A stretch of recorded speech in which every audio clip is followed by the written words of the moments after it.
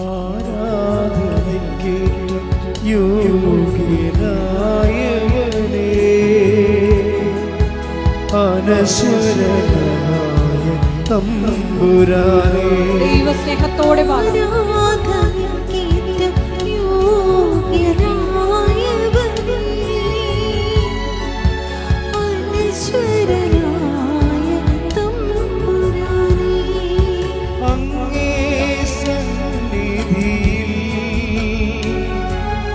അർപ്പിക്കും നീ കാഴ്ചകൾ,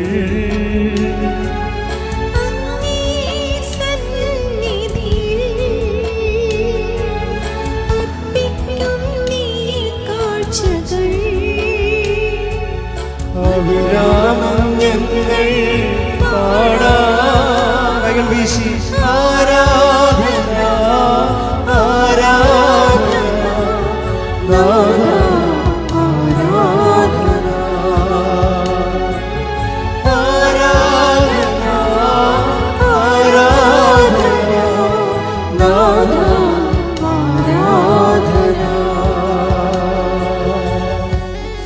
പ്രാർത്ഥിക്കാം. Hallelujah hallelujah hallelujah. മഹത്വം മഹത്വം.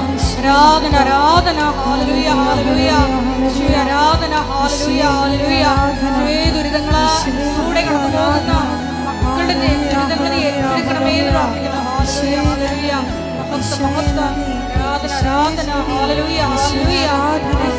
ഹല്ലേലൂയ മഹത്വം മഹത്വം മഹത്വം മഹത്വം. ആരാധന ആരാധന. ഹല്ലേലൂയ ഹല്ലേലൂയ ഹല്ലേലൂയ. ആരാധന ആരാധന ആരാധന.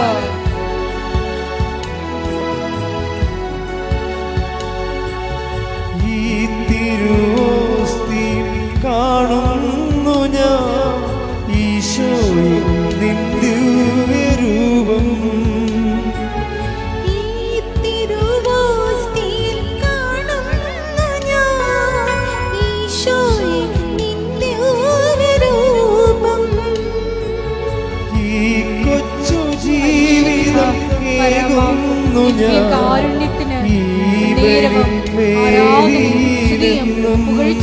ഉണ്ടായിരിക്കട്ടെ.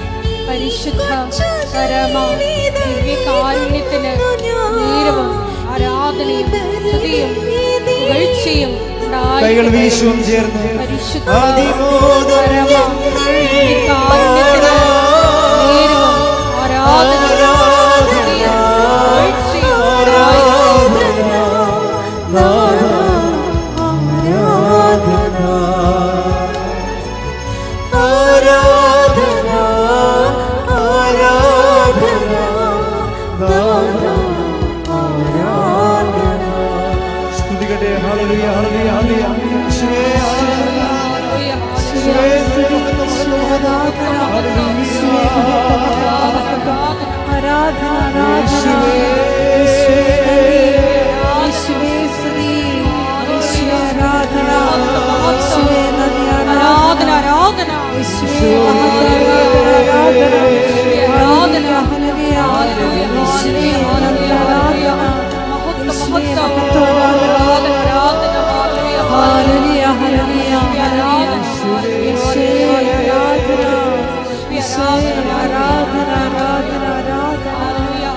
പുകഴ്ചയും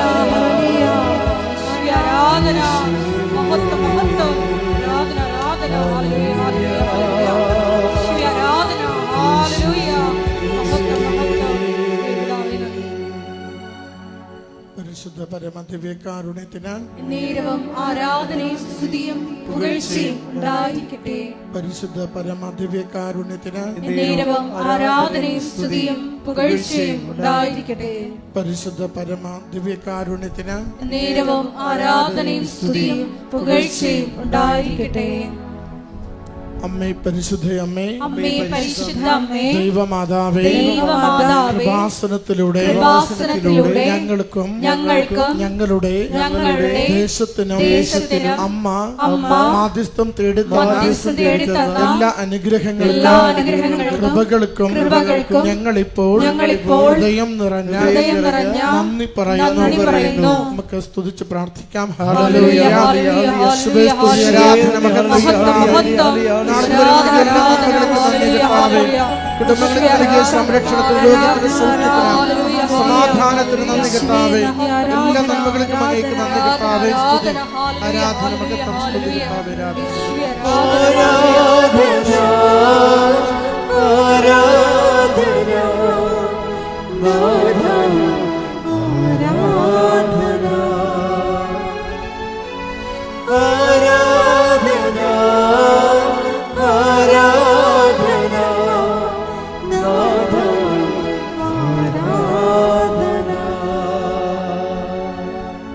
പരിശുദ്ധ പരമദിവ്യകാരുണ്യത്തിന്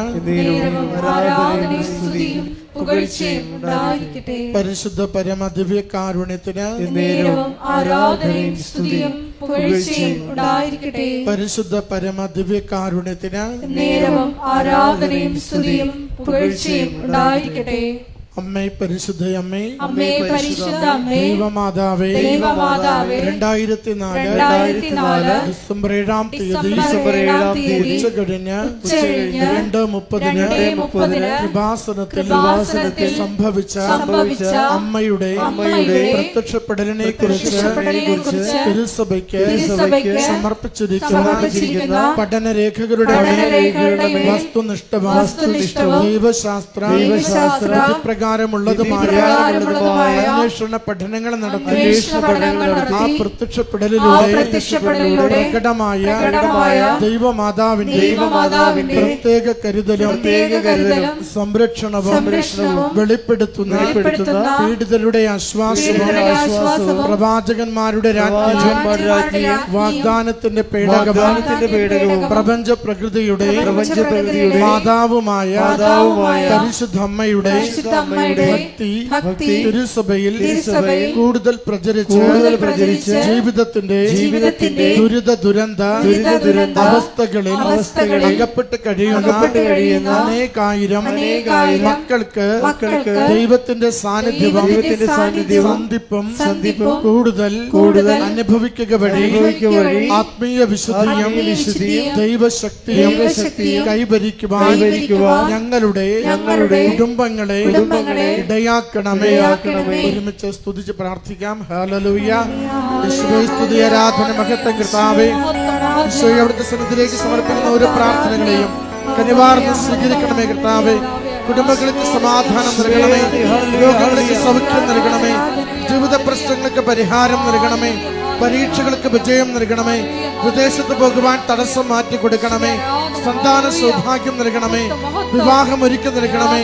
യേശുവേ എല്ലാ ക്ലേശങ്ങളും മാറ്റി അവിടുത്തെ നാമത്തെ സ്തുതിച്ച് ജീവിക്കുവാൻ സഹായിക്കണമേ. ഹല്ലേലൂയ. യേശുവേ ആരാധന, ആരാധന, ആരാധന, ആരാധന കർത്താവേ. മഹത്വം കർത്താവേ, സ്തുതി കർത്താവേ, ആരാധന, ആരാധന കർത്താവേ.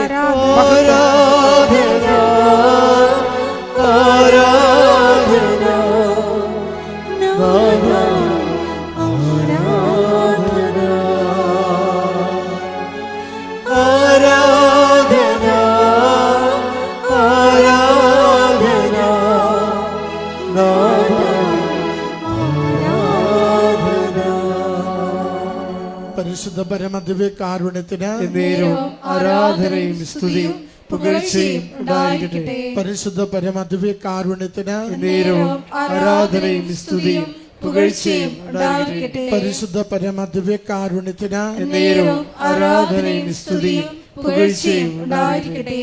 അമ്മേ പരിശുദ്ധ അമ്മേ, പരിശുദ്ധ അമ്മേ, ഭൂസ്വർലോകങ്ങളുടെ രാജ്ഞിയായ അങ്ങയ്ക്ക് ഭൗമ സംരക്ഷണത്തിനായി പ്രപഞ്ച പ്രകൃതിയെ തിരുസഭ പ്രതിഷ്ഠിക്കുവാൻ ഈ പ്രത്യക്ഷീകരണം വഴി ഇടയാക്കണമേ.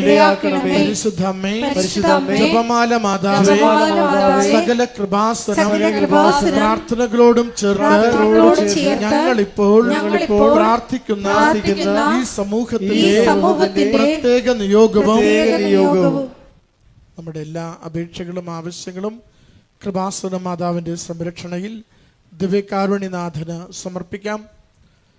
ജോസഫ് അലി വീട്ടിലച്ഛന്റെ നിയോഗങ്ങൾക്ക് വേണ്ടിയും നമുക്ക് പ്രത്യേകം പ്രാർത്ഥിക്കാം.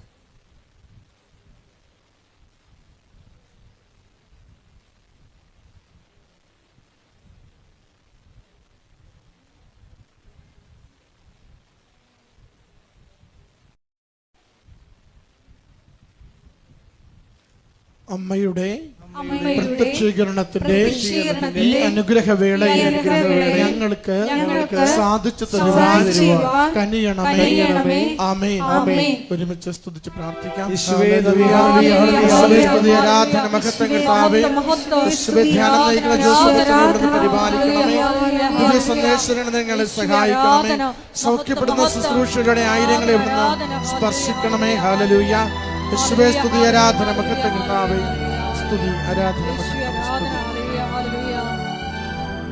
നമുക്കെല്ലാവർക്കും എഴുന്നേറ്റ് നിന്നുകൊണ്ട് ഗായകനോട് ചേർന്ന് ദൈവത്തെ മഹത്വപ്പെടുത്തി ദൈവസ്നേഹത്തോടെ കരങ്ങളടിച്ച് പാടി പ്രാർത്ഥിക്കാം.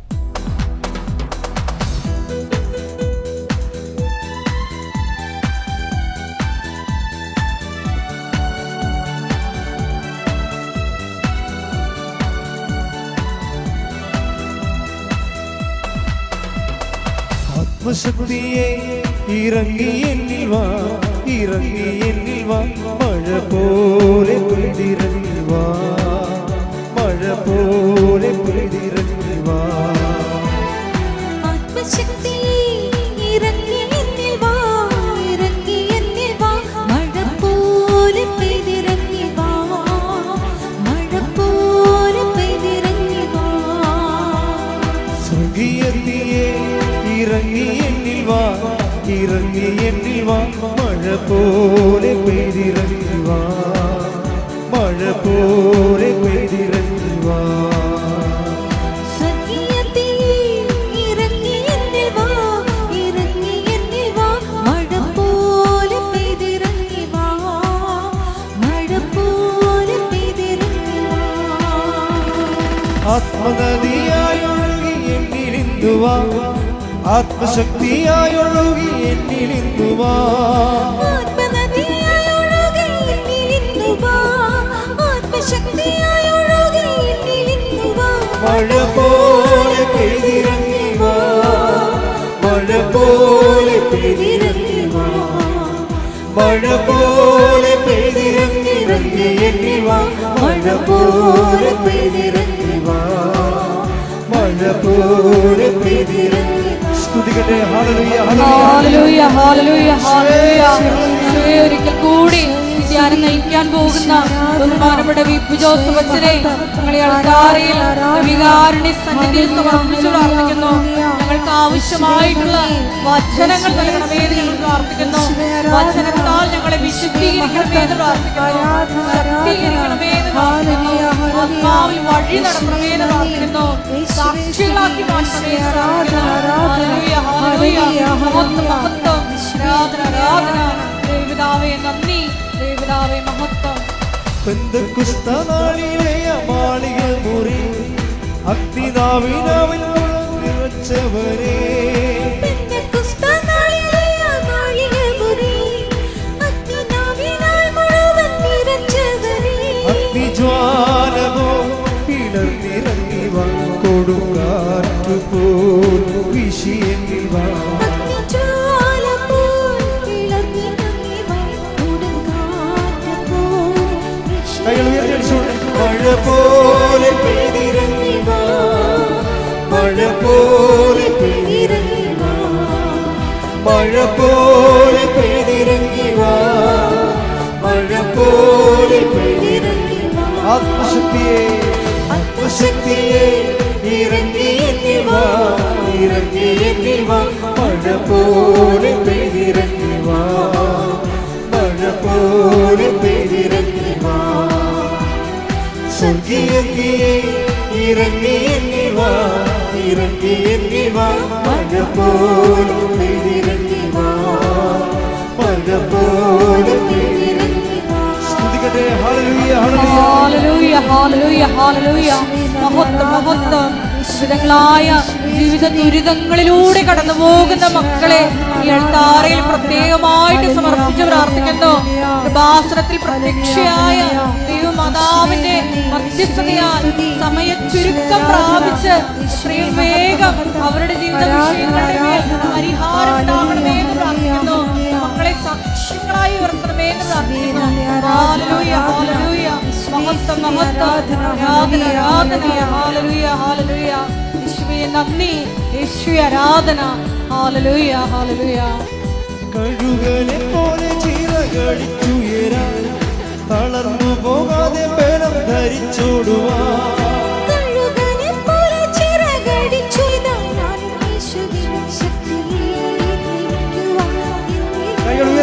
മഴ പോലെ പെയ്തിറങ്ങി വാ, മഴ പോലെ പെയ്തിറങ്ങി വാ, മഴ പോലെ പെയ്തിറങ്ങി വാ, മഴ പോലെ പെയ്തിറങ്ങി വാ. ആത്മശക്തിയെ, ആത്മശക്തിയെ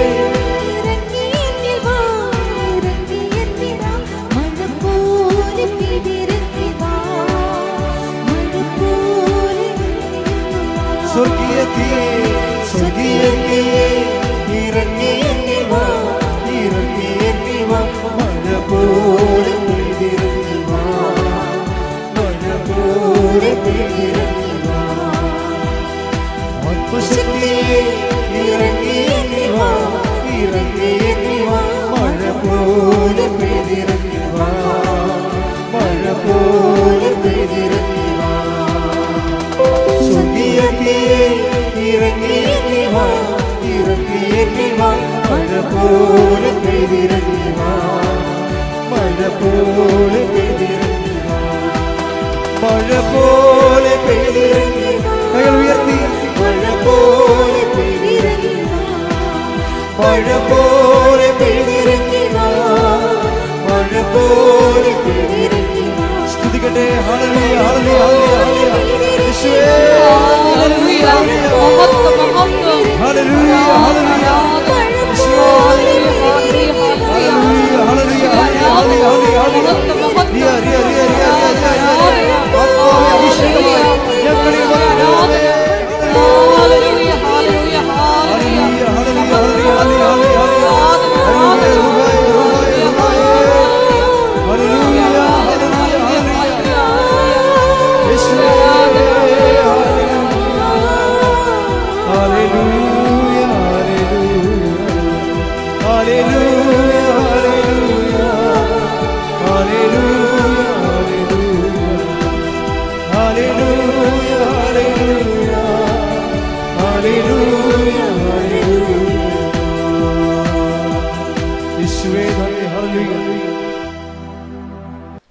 പരമദിവ്യകാരുണ്യത്തിന് നേരവും ആരാധനയും സ്തുതിയും പുകഴ്ചയും ഉണ്ടായിരിക്കട്ടെ. പരിശുദ്ധ പരമദിവ്യകാരുണ്യത്തിന് നേരവും ആരാധനയും സ്തുതിയും പുകഴ്ചയും ഉണ്ടായിരിക്കട്ടെ.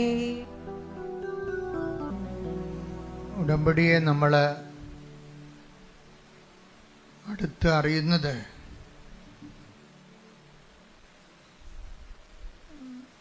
അതിൻ്റെ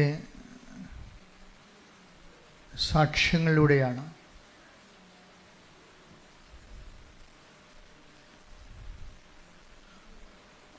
ഉടമ്പടിയിലുള്ള ദൈവഭാഗമെന്ന് പറയുന്നത് സാക്ഷ്യങ്ങളാണ്.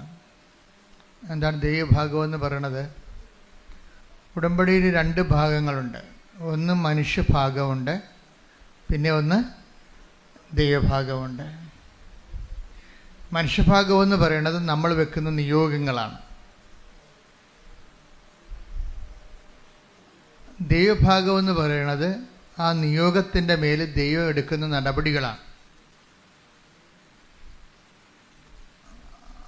ആ ദൈവഭാഗമാകുന്നത് നമ്മളത് സുവിശേഷത്തിൻ്റെ പ്രചാരണത്തിന് വേണ്ടി നമ്മളത് പൊതുജന സമക്ഷം ഏറ്റുപറയണം. ഏറ്റുപറയുമ്പോഴുണ്ടാകുന്നത് ഒന്ന്, നമ്മളത് ഓൺ ചെയ്യുന്നു എന്നുള്ളതാണ്. ഏറ്റുപറയുമ്പോൾ സംഭവിക്കുന്നത് നമ്മളതിൻ്റെ മുഴുവൻ ക്രെഡിറ്റ് ആൻഡ് ക്ലെയിം ദൈവതിരുസന്നിധിയിൽ ദൈവത്തിൽ നിന്നാണെന്ന് നമ്മൾ അക്സെപ്റ്റ് ചെയ്യുന്നു. അങ്ങനെ നമ്മൾ അംഗീകരിക്കുന്നതിൻ്റെ ഭാഗമായി ദൈവത്തെ അംഗീകരിക്കുക. ദൈവവിശ്വാസിയുടെ മുമ്പിലുണ്ടാകുന്ന ഏറ്റവും വലിയ ആദ്യമായുള്ള ദൈവശുശ്രൂഷ എന്ന് പറയുന്നത് ദൈവത്തെ അംഗീകരിക്കുകയാണ്. അപ്പം നമ്മളോർക്കും ദൈവത്തെ നമ്മൾ അംഗീകരിച്ചാലും ഇല്ലെങ്കിലും ദൈവം നിലനിൽക്കും. പക്ഷേ മറ്റുള്ളവരെ നിലനിൽക്കണമെങ്കിൽ നമ്മൾ അംഗീകരിക്കണം. നമുക്ക് കിട്ടിയ അനുഭവങ്ങൾ, അതുകൊണ്ടാണ് ദൈവത്തെ അംഗീകരിക്കേണ്ടത്. ചില ആൾക്കാർക്ക് പോരായ്മയാകും. അത് കുറച്ച് കിട്ടിയിരിക്കുന്ന അനുഗ്രഹങ്ങൾ സ്വന്തം കഴിവ് കൊണ്ടാണ് എന്ന് ചിന്തിക്കുന്നവർക്ക് അവിടെ ദൈവത്തെ അംഗീകരിക്കുന്നത് ഒരു കുറച്ചിലായിട്ട് വരും. ബൈബിൾ എപ്പോഴും കൈകാര്യം ചെയ്യുന്നൊരു വിഷയമാണ് ദൈവത്തെ അംഗീകരിക്കുന്നത് കൊണ്ടുള്ള പോരായ്മകൾ. Take the word of God. ശ്രുതിയുടെ ഹല്ലേലൂയ. റോമ 1:28 ദൈവത്തെ അംഗീകരിക്കുന്നത് പറഞ്ഞേ. ദൈവത്തെ അംഗീകരിക്കുന്നത് പോരായ്മയായി അവർ കരുതിയത് നിമിത്തം അധമ വികാരത്തിനും അനുചിത പ്രവൃത്തികൾക്കും ദൈവം അവരെ വിട്ടുകൊടുത്തു. അപ്പൊ രണ്ട് കാര്യങ്ങളാണ്. ദൈവത്തെ നമ്മൾ അംഗീകരിച്ചില്ലെങ്കിൽ അത് നമ്മൾ വരുന്നൊരു അപകടം എന്ന് പറയണത്, നമ്മൾ ദൈവത്തെ അംഗീകരിക്കുന്നില്ല എന്നുള്ളത് പലപ്പോഴും നമ്മൾ അറിയുന്നില്ല എന്നുള്ളതാണ്. അതുകൊണ്ടാണ് വചനം പറയണത്, അറിയാവുന്ന വിചാരിക്കുന്നവൻ അറിയേണ്ടത് അറിയുന്നില്ല എന്ന് പറയും.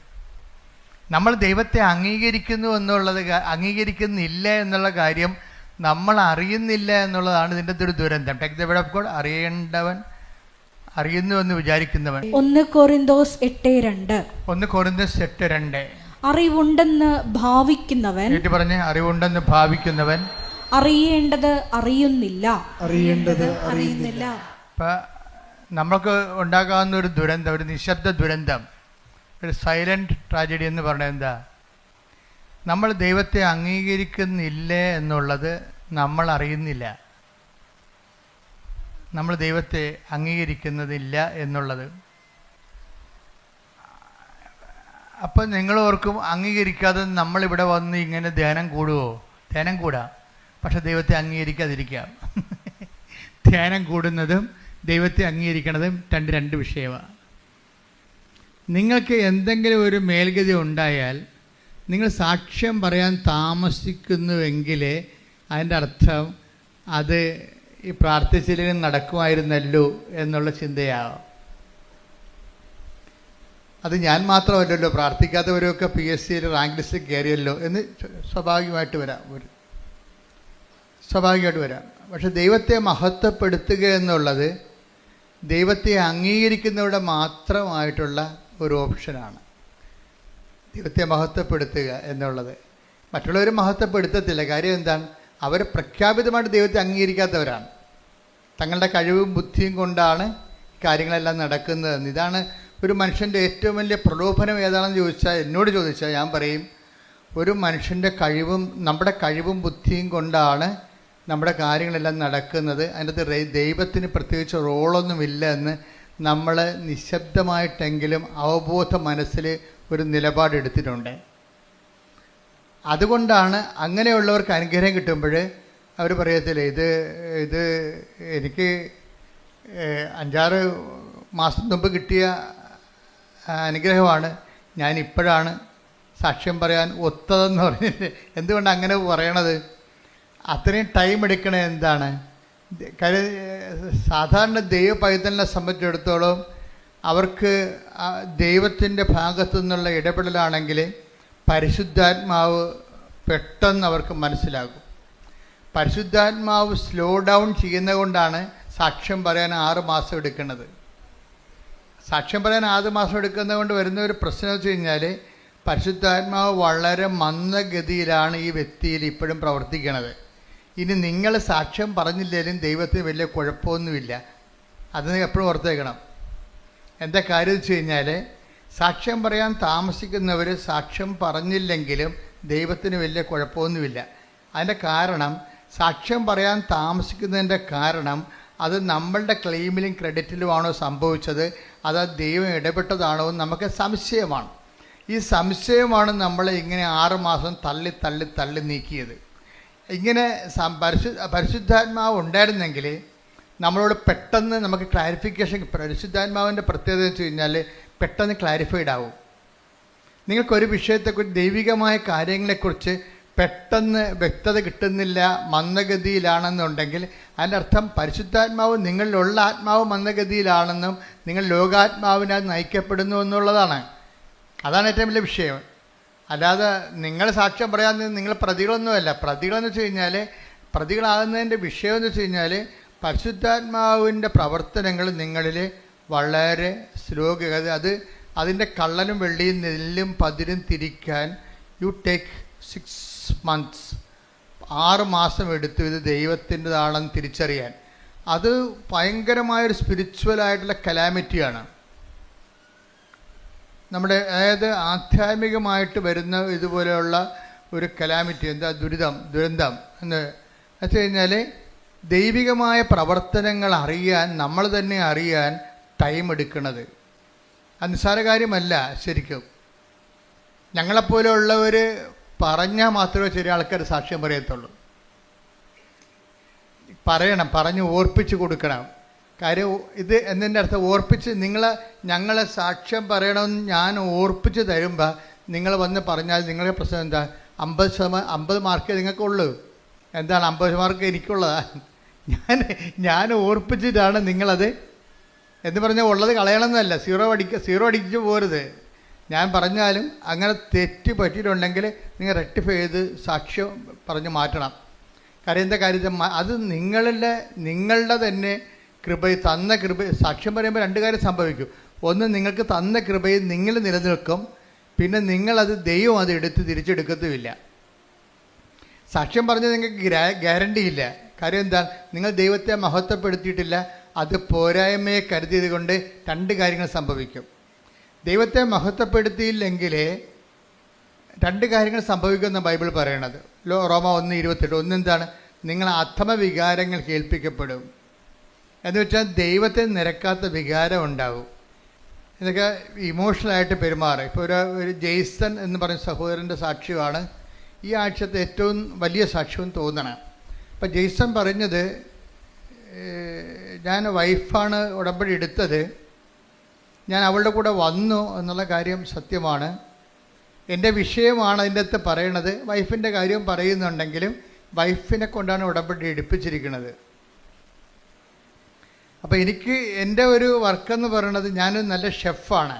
അതിൻ്റെ ഒരു ഇൻ്റർനാഷണലി ക്വാളിഫൈഡ് ഷെഫാണത്. അപ്പോൾ അതുകൊണ്ട് അയാൾക്ക് നല്ലവണ്ണം ഭക്ഷണം പാകം ചെയ്യാൻ നല്ലവണ്ണം അറിയാം. ഏത് പട്ടിക്കാട്ടി കൊണ്ടുപോയി ഒരു ഹോട്ടലിട്ടാലും പട്ടാളം പോലെ ആൾ കയറും. കാര്യം ഭക്ഷണം രുചികരമായിട്ട് ചെയ്യാൻ അറിയാവുന്നതുകൊണ്ട്. അപ്പം അതുകൊണ്ട് അയാൾക്ക് നല്ല കോൺഫിഡൻസ് ആണ്. അദ്ദേഹത്തിൽ നല്ല കോൺഫിഡൻസ്. നമ്മളൊരു വിഷയം, ഈ ഓവർ കോൺഫിഡൻസുകാരെ അവർ ഡേഞ്ചർ സോണിലാണ്. എപ്പോഴും ഒരു വിഷയത്തെക്കുറിച്ച് ഓവർ കോൺഫിഡൻസുകാരില്ലേ, അമിതമായ ആത്മവിശ്വാസമുള്ളവർ ഡേഞ്ചർ സോണിലാണ്. അവർ 2 തരത്തിലുള്ള ഡേഞ്ചർ സോണിലാണ്. ഒന്ന്, ഓവർ കോൺഫിഡൻസുകാർക്ക് പറ്റണത് അവർ എല്ലാ കാര്യവും അവരുടെ അക്കൗണ്ടിലേക്കാണ് വരവ് വെക്കുന്നത്. ദൈവത്തിൻ്റെ അക്കൗണ്ടിലേക്ക് കൊടുക്കത്തില്ല. കാര്യം എന്താണ്? ഇപ്പം ദാനം ചെയ്യാത്തവരില്ലേ, ദാനം ചെയ്യാത്തവർ, ഇപ്പോൾ ഉടമ്പടി എടുത്തിട്ടും ദാനശീലം വരാത്തവരെന്താണ്? എന്തുകൊണ്ടാണ് ദാനം ചെയ്യാത്തവർ? ഉടമ്പടി എടുത്തു, പക്ഷേ എന്നാലും ദാനം ചെയ്യത്തില്ല. നിങ്ങൾ ഇവിടെ കുത്തിരിക്കണത് കുറച്ച് പ്രൊഫഷണൽ ധർമ്മക്കാർക്ക് എന്തെങ്കിലും കൊടുക്കണ പോലെ അല്ല. അത് പിന്നെ അവർ പ്രൊഫഷനാണ്. അതല്ല. ഇപ്പം ഈ ജെയ്സനൊക്കെ ചെയ്തിരിക്കണമെന്ന് വെച്ച് കഴിഞ്ഞാൽ, ജെയ്സൺ കർത്താവിൻ്റെ അഭിഷേകത്തിൽ വന്നു കഴിഞ്ഞപ്പോൾ ചെയ്തത് എന്താണ്? ആ നാട്ടിലുള്ള, എനിക്ക് തോന്നുന്നത് ഇവിടെയാണെന്ന് തോന്നണം, അതായത് ഇരിങ്ങാലിക്കൂട. അപ്പോൾ ആ നാട്ടിലുള്ള വണ്ടി ഇടിച്ച് കിടക്കുന്നവരുടെ എല്ലാം വീട്ടിൽ ചെല്ലും. ആരും പറഞ്ഞിട്ടില്ല. അപ്പോൾ അവർ വണ്ടി ഇടിച്ച് കിടക്കുന്നവർ, സ്കൂട്ടർ ഇടിച്ച് കിടക്കുന്നവരും ബൈക്ക് ഇടിച്ച് കിടക്കുന്നവരും കൈ ഒടിഞ്ഞവരും പ്ലാസ്റ്റർ കിടക്കുന്നവരൊക്കെ വീട്ടിൽ ചെല്ലും. വീട്ടിൽ ചെന്നിട്ട് അവരുടെ വിശേഷം ആദ്യമായിട്ടും കാണുകയായിരിക്കും. ജെയ്സൺ എന്ന് പറഞ്ഞ ആൾ ഇവരെ ആദ്യമായിട്ടും കാണുകയാണ്. അപ്പോൾ അവർ തന്നെ ചോദിക്കും, എങ്ങനെയാണ് ചേട്ടനെ എന്നെ അറിയത്തില്ലല്ലോ, ഞാനിങ്ങനെ വണ്ടി അപകടത്തിൽ പെട്ടെന്ന് അറിയത്തില്ലല്ലോ. അപ്പോൾ അയാൾ പറയും, ഞാൻ ചോദിച്ചു വന്നു, ആൾക്കാരോട് ചോദിച്ചു. അപ്പോൾ അദ്ദേഹം പറയണത്, എനിക്ക് കാരുണ്യ പ്രവൃത്തികൾ ചെയ്യണത് ഇപ്പോൾ ഒരു കൊതി പോലെയാണ്. ഒരു വ്യക്തിയുടെ ഒരു ഉടമ്പടി എങ്ങനെ ഒരു വ്യക്തിയെ മാറ്റണം നോക്കിയേ. കാരുണ്യ പ്രവൃത്തികൾ ചെയ്യണത് അങ്ങോട്ട് ചെന്ന് ചോദിച്ചിട്ട് അന്വേഷിച്ച് കണ്ടുപിടിച്ചിട്ട് അവർക്ക് സഹായം നൽകണത് ഒരു തീരാത്ത കൊതി പോലെയാണ്.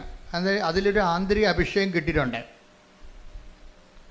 പണ്ട് ഉടമ്പടിക്ക് മുമ്പ് അങ്ങനെയൊന്നും ഇല്ലായിരുന്നു. അന്ന് എന്താ സംഭവിച്ചത്? എന്തുകൊണ്ടാണ് ഉടമ്പടിക്ക് മുമ്പ് ഒരു ദാനധർമ്മം ഇല്ലാത്തതിൻ്റെ കാരണം, നമ്മളെ ദാനധർമ്മം ചെയ്യാത്ത ആൾക്കാർ അല്ലെങ്കിൽ സഹായിക്കാത്ത ആൾക്കാർ, അവരെ ഞാൻ കുറ്റം പറയത്തില്ല. എന്താ കാരണം വെച്ച് കഴിഞ്ഞാൽ, അവരിപ്പോൾ നമ്മൾ ഒരു കൊട്ടയിൽ കുറച്ച് ആപ്പിൾ ഇരിക്കണം എന്ന് വിചാരിച്ചോ. അപ്പം ഒരു കൊട്ടയുണ്ട്, ഒരു 200 ആൾക്കാരും ഉണ്ട്. അവരെല്ലാം കൂടി ഇടിച്ച് ഇതിനകത്ത് കയറിയാൽ മാത്രമേ നമുക്ക് ആപ്പിൾ ഫ്രീ ആയിട്ട് കിട്ടുന്നതാണ്. പക്ഷേ നമുക്ക് നമ്മുടെ കയ്യിൽ നിന്ന് ചിലവാകണത് എന്താണ്? ഇടിച്ച് നെക്കി അതിൻ്റെ അകത്ത് വേർത്തൊലിച്ച് നാട്ടുകാരുടെ മുട്ടുകൈ കൊണ്ടൊക്കെ ഇതിനകത്ത് കയറാൻ പറ്റത്തുള്ളൂ. കയറി ഒരു ആപ്പിൾ എടുത്തുകൊണ്ട് നമ്മൾ പുറത്തേക്ക് വരുമ്പോൾ, അല്ലെങ്കിൽ 2 ആപ്പിൾ എടുത്തുകൊണ്ട് പുറത്തേക്ക് വരുമ്പോൾ, ഒരുത്തൻ അവിടെ ഇടിക്കാൻ നിവൃത്തിയില്ലാത്തവനും മുട്ടാൻ നിവൃത്തിയില്ലാത്തവനും കൈ നീട്ടുമ്പോൾ പറയും, ഞാൻ ഇടിച്ചാൽ വാങ്ങിച്ചത്, നിങ്ങൾ ഇടിച്ച് വാങ്ങിച്ചോളാൻ പറയും. അതെന്താണ്? നമ്മളതിൻ്റെ അത് സ്പെൻഡ് ചെയ്താൽ കൊണ്ടാണ്. ഇതാണ് അത് വരുന്ന ഒരു ടെക്നിക്ക് എന്ന് പറയുന്നത്. കാര്യം ആൾക്കാർ ദാനം ചെയ്യാത്തതിൻ്റെ കാരണം, ഞാൻ കുറേ കഷ്ടപ്പെട്ടാണ് ഈ നിലയിലെത്തിയത്, അങ്ങനെ ഓശാര നീ ഇരുന്നതിൻ്റെ ഇടയ്ക്ക് നിന്ന് പുഴുങ്ങി തിന്നണ്ട. ഇതാണ് നിലപാട്. ഉടമ്പടിയിൽ വരുമ്പോൾ ഈ എല്ലാവരുടെയും മനസ്സിലിരിക്കുന്ന ഒരു രഹസ്യ നിലപാടെന്ന് പറയുന്നത്, ദാനം ചെയ്യാത്തതിൻ്റെ കാരണം ഞാൻ കുറേ കഷ്ടപ്പെട്ടാണ് പഠിച്ചാണ് ഇവിടം വരെ എത്തിയത്. നീയും അതുപോലെ. അപ്പോൾ ഒരു നീതിബോധം അതിൻ്റെ അകത്തുണ്ട്, ഒരു നീതിബോധമുണ്ട്. പക്ഷെ ഇത് ദൈവത്തിൻ്റെ നീതിയല്ല. ദൈവത്തിൻ്റെ നീതി ഭയങ്കര വ്യത്യാസമുണ്ട്. അതുകൊണ്ട് കർത്താവ് പറയണത്, ചോദിക്കുന്നവർക്കൊക്കെ കൊടുക്കാൻ പറയും. അപ്പം നമ്മൾ പറയും, അങ്ങനെ ചോദിക്കുന്നവർക്കൊക്കെ ഒന്നും കൊടുക്കാൻ പറ്റത്തില്ല. കാര്യം ഇവനൊക്കെ മനുഷ്യനെ പറ്റിക്കാൻ വേണ്ടി ഇരിക്കുകയാണ്. നമ്മൾ കൊടുത്താലേ, നമ്മൾ കൊടുക്കണത് കൊണ്ട് വേറെ ആൾക്കാർ പോയി വെള്ളമടിക്കുകയുള്ളെന്ന് പറയും. അത് നമ്മളെ പിടിച്ചിരിക്കാൻ വേണ്ടി നമ്മൾ പറയണതാണ്. നമ്മൾ ധർമ്മക്കാർക്ക് ചില ആൾക്കാർ പൈസ കൊടുക്കത്തില്ല. എന്താ കൊടുക്കാമെന്ന് ചോദിക്കുമ്പോൾ പറയാം, നമ്മൾ കൊണ്ട് വെള്ളം അടിക്കുമെന്നും. അപ്പോൾ ഈ ഒക്കെ CBI അന്വേഷണമാണ് ഞാൻ വിചാരിക്കുന്നത്. അപ്പം നമ്മൾ കൊടുക്കുന്ന കാശ് കൊണ്ട് അയാൾ വെള്ളം അടിക്കുന്നുണ്ടോ ഇല്ലയോ എന്നറിയാൻ വേണ്ടി. ഇതൊന്നുമല്ല, പുള്ളിക്കത് കൊടുക്കാൻ കഴിയത്തില്ല. അതുകൊണ്ട് ഈശോ എന്താ പറയുക വെച്ചാൽ, ചോദിക്കുന്നവർക്കൊക്കെ കൊടുക്കാൻ പറയുന്നു. നോൻപ് കാലത്ത് നമ്മൾ ശ്രദ്ധിക്കണം. Take the bed of God. ശ്രദ്ധിക്കട്ടെ. ഹല്ലേലൂയ, യേശുവേ നന്ദി. ഹല്ലേലൂയ, ഹല്ലേലൂയ, ഹല്ലേലൂയ, ഹല്ലേലൂയ, ഹല്ലേലൂയ. യേശുവേ ആരാധന, ആരാധന, ആരാധന. മത്തായി 5:42. മത്തായി 5:42. ചോദിക്കുന്നവന് കൊടുക്കുക, വായ്പ വാങ്ങാൻ ഇച്ഛിക്കുന്നവനിൽ നിന്ന് ഒഴിഞ്ഞു മാറരുത്. പക്ഷെ എന്താ പ്രോബ്ലം വെച്ച് കഴിഞ്ഞാൽ, ഇത് നമുക്ക് തോന്നുന്നു ഇത് ശരിയല്ലല്ലോ ഈ പറയണത്. ചോദിക്കുന്നതിനൊക്കെ കൊടുക്കാൻ പറ്റുമോ? വായ്പ വാങ്ങാൻ വരെ പറയുന്നവർക്ക് ഒഴിഞ്ഞു മാറിയാൽ നമ്മൾക്ക് പിന്നെ അവസാനം നമ്മൾ തെണ്ടി അടക്കേണ്ടി വരികയില്ലേ? ഇതൊക്കെ ശരിയാ. മാനുഷ്യമായി പറഞ്ഞാൽ ഇതെല്ലാം ശരിയാണ്. സുവിശേഷം മാനുഷ്യമായ നിലപാടിന് എതിരാണ്. എന്താ കാര്യം? സുവിശേഷ നീതി എന്ന് പറയുന്നത് മാനുഷിക നീതി, ലോകരാജ്യത്തിൻ്റെ നീതിയല്ല. ഇതൊരു ഭരണഘടനയിൽ ഇങ്ങനെ നമുക്ക് പറയുന്നത് കുഴപ്പമില്ല, കോടതിയിലൊക്കെ ഇത് വിലപ്പോവും. പക്ഷേ ദൈവത്തിൻ്റെ മുമ്പിൽ വിലപ്പോകത്തില്ല. കാര്യം എന്താണ്? ദൈവത്തിൻ്റെ മുമ്പിൽ വിലപ്പോകുന്നത് ദൈവരാജ്യത്തിൻ്റെ നീതിയാണ്. കർത്താവ് സംസാരിക്കുന്നത് ദൈവരാജ്യത്തിൻ്റെ നീതിയുടെ ലെവലിലാണ് സംസാരിക്കുന്നത്. അതുകൊണ്ടാണ് സുവിശേഷം ചിലർക്ക് മനസ്സിലാകാത്തതിൻ്റെ കാരണം. ദൈവരാജ്യ നീതി, അതാണ് ദൈവരാജ്യം ഭക്ഷണവും പാനീയവും അല്ലെന്ന് പറഞ്ഞിട്ട് എന്താ പറയണത്? നീതിയും സമാധാനം. അത് ദൈവരാജ്യത്ത് ദൈവപ്പോൾ ശ്രുതികട. ഹല്ലേലൂയ, ഹല്ലേലൂയ, ഹല്ലേലൂയ, ഹല്ലേലൂയ, ഹല്ലേലൂയ. യേശുവേ നന്ദി, യേശുവേ സ്തുതി. ഹല്ലേലൂയ, ഹല്ലേലൂയ, ഹല്ലേലൂയ, ഹല്ലേലൂയ. റോമ 14:17. റോമ 14:17. ദൈവരാജ്യം എന്നാൽ ഭക്ഷണവും പാനീയവുമല്ല, പ്രത്യുത നീതിയും സമാധാനവും പരിശുദ്ധാത്മാവിലുള്ള സന്തോഷവുമാണ്. അപ്പൊ ഈ നീതിക്ക് സന്തോഷം നമ്മുടെ ജഡിക സന്തോഷമല്ല, മറിച്ച് എന്താണ്? ഇപ്പം ഒരു സംഭവം, നമുക്കൊരു ഉടുപ്പ്, 2 ഉടുപ്പുള്ളവന് ഒന്ന് കൊടുത്തില്ലാത്തവന് കൊടുത്തു കഴിയുമ്പോൾ നമുക്കൊരു സന്തോഷം ഉണ്ടാവും. 2 സന്തോഷം ഉണ്ടാവും. ഒന്ന് നമ്മുടെ അലമാരിൽ സാധനം പോയി കിട്ടിയില്ല എന്ന സന്തോഷമുണ്ട്. കുറേ സാധനം ഇരിക്കുമ്പോഴേ നമ്മൾ അലമാര തുറക്കുമ്പോഴേ ഉടുപ്പിനൊക്കെല്ലാം നമ്മളോട് ബഹുമാനമാണല്ലോ, നമ്മുടെ കാൽച്ചോട്ടി വന്ന് വീഴുമല്ല അത്. അപ്പോൾ വീട്ടുകാർ വിഷം ഉണ്ടാക്കി, ഇത് ആർക്കും കൊടുക്കാൻ പാടില്ലേ എന്ന് വെച്ചാൽ അപ്പോൾ പറഞ്ഞാൽ നമ്മൾ പറയും ഇത് കണ്ടുമുട്ടേണ്ട ആൾക്കാരെ. ഇപ്പം എല്ലാവർക്കും ആവശ്യത്തിന് ഡ്രസ്സാണെന്ന് നമ്മൾ പറയും. എന്നാലും കുറച്ച് കഴിയുമ്പോൾ അലമാര തിങ്ങുമ്പോൾ പറയും ഒരു അലമാര മേടിക്കാം. അലമാര മേടിക്കുമ്പോൾ കാശ് 40,000-40,000 രൂപയാവും. അതിനേക്കാൾ ഉള്ളത് കൊടുത്തു കഴിഞ്ഞാൽ സ്ഥലം ഉണ്ടാക്കിയാൽ മതിയല്ല. ആ ഒരു സന്തോഷം ഉണ്ടാകും കൊടുക്കുമ്പോൾ. അലമാര കാര്യമാകുവാനുള്ള സന്തോഷം അത് ജഡിക സന്തോഷമാണ്, ദൈവരാജ്യത്തിൻ്റെ അല്ല. പറഞ്ഞ മനസ്സിലായില്ലേ? ദാനം ചെയ്യുമ്പോൾ നമുക്കുണ്ടാകുന്ന സന്തോഷം, ആ സന്തോഷം ജഡിക സന്തോഷം എന്ന് പറയും. അതെന്താണ്? ലോക അരൂപിയാൽ നയിക്കപ്പെടുന്നതുകൊണ്ട് നമുക്ക് കുറച്ച് സ്ഥലം കിട്ടിയല്ല, അതിന് പുതിയ സാധനം വാങ്ങിക്കാമെന്ന് ഓർക്കുമ്പോൾ നമുക്ക് സന്തോഷമുണ്ട്. അതിൽ ആ ദാനത്തിലുണ്ടാകുന്ന സന്തോഷമാണ്. പക്ഷെ അത് പരിശുദ്ധാത്മാവിലുള്ള സന്തോഷമല്ല. നിങ്ങളീ പറഞ്ഞ പല കാര്യങ്ങളും നമുക്ക് അനുഭവിക്കുന്ന പല വിഷയങ്ങളും ദൈവവുമായിട്ട് ബന്ധമില്ലാത്തതാണ്. പക്ഷേ ദൈവത്തിൻ്റെ അക്കൗണ്ടിലാണ് നമ്മളിതൊക്കെ അനുഭവിക്കുന്നത്. പക്ഷേ സംഭവം ജഡിക സന്തോഷമാണ്. വളരെ സൂക്ഷ്മതയോടെ കൈകാര്യം ചെയ്യേണ്ട വിഷയമാണ് ദൈവരാജ്യം. അപ്പോൾ ദൈവരാജ്യം എന്ന് പറയുമ്പോൾ ഈ നീതി, അതായത് നീതി എന്ന് പറയുന്നത് ദൈവത്തിൻ്റെ ഒരു നീതിയുണ്ട്. അത് ദൈവത്തിൻ്റെ നീതി മെരിട്ട് നോക്കാതെ ചെയ്യണ നീതിയാണ്. സ്നേഹത്തിൽ നിന്ന് വരുന്ന നീതിയാണത്. ഇപ്പോൾ ഈശോ ക്രൂശിക്കപ്പെട്ടു, ആ നീതി എന്താണ്? അപ്പം നമ്മളെ നീതീകരിച്ചതിൻ്റെ ഒരു നീതിയാണ്. ഇപ്പം നമ്മളുടെ ക്വാളിറ്റി നോക്കിയിട്ടാണ് ദൈവം നമ്മളെ, എല്ലാ ദുഷ്ടന്മാർക്കും ശിഷ്ടന്മാർക്കും വേണ്ടി ദൈവം പാപത്തിന് പരിഹാരം ചെയ്തിട്ടുണ്ട്. അതിലെന്താണ് എക്സ്പെൻഡിച്ചത്? ഈശോ ചെലവ് ചെയ്തത്, തൻ്റെ ജീവിതം ചെലവ് ചെയ്തപ്പോഴുണ്ടാകുന്നൊരു നീതി എന്താണ്? നമ്മളുടെ മെരിറ്റ് നോക്കിയിട്ടല്ല ചെയ്തിരിക്കുന്നത്. ഇതുപോലെയാണ് മറ്റുള്ളവരുടെ മെരിറ്റ് നോക്കാതെ നമ്മൾ അവർക്ക് വേണ്ടി ചെലവ് ചെയ്യുമ്പോൾ നമുക്ക് പരാതികളോ പരിഭവങ്ങളോ ഇല്ല.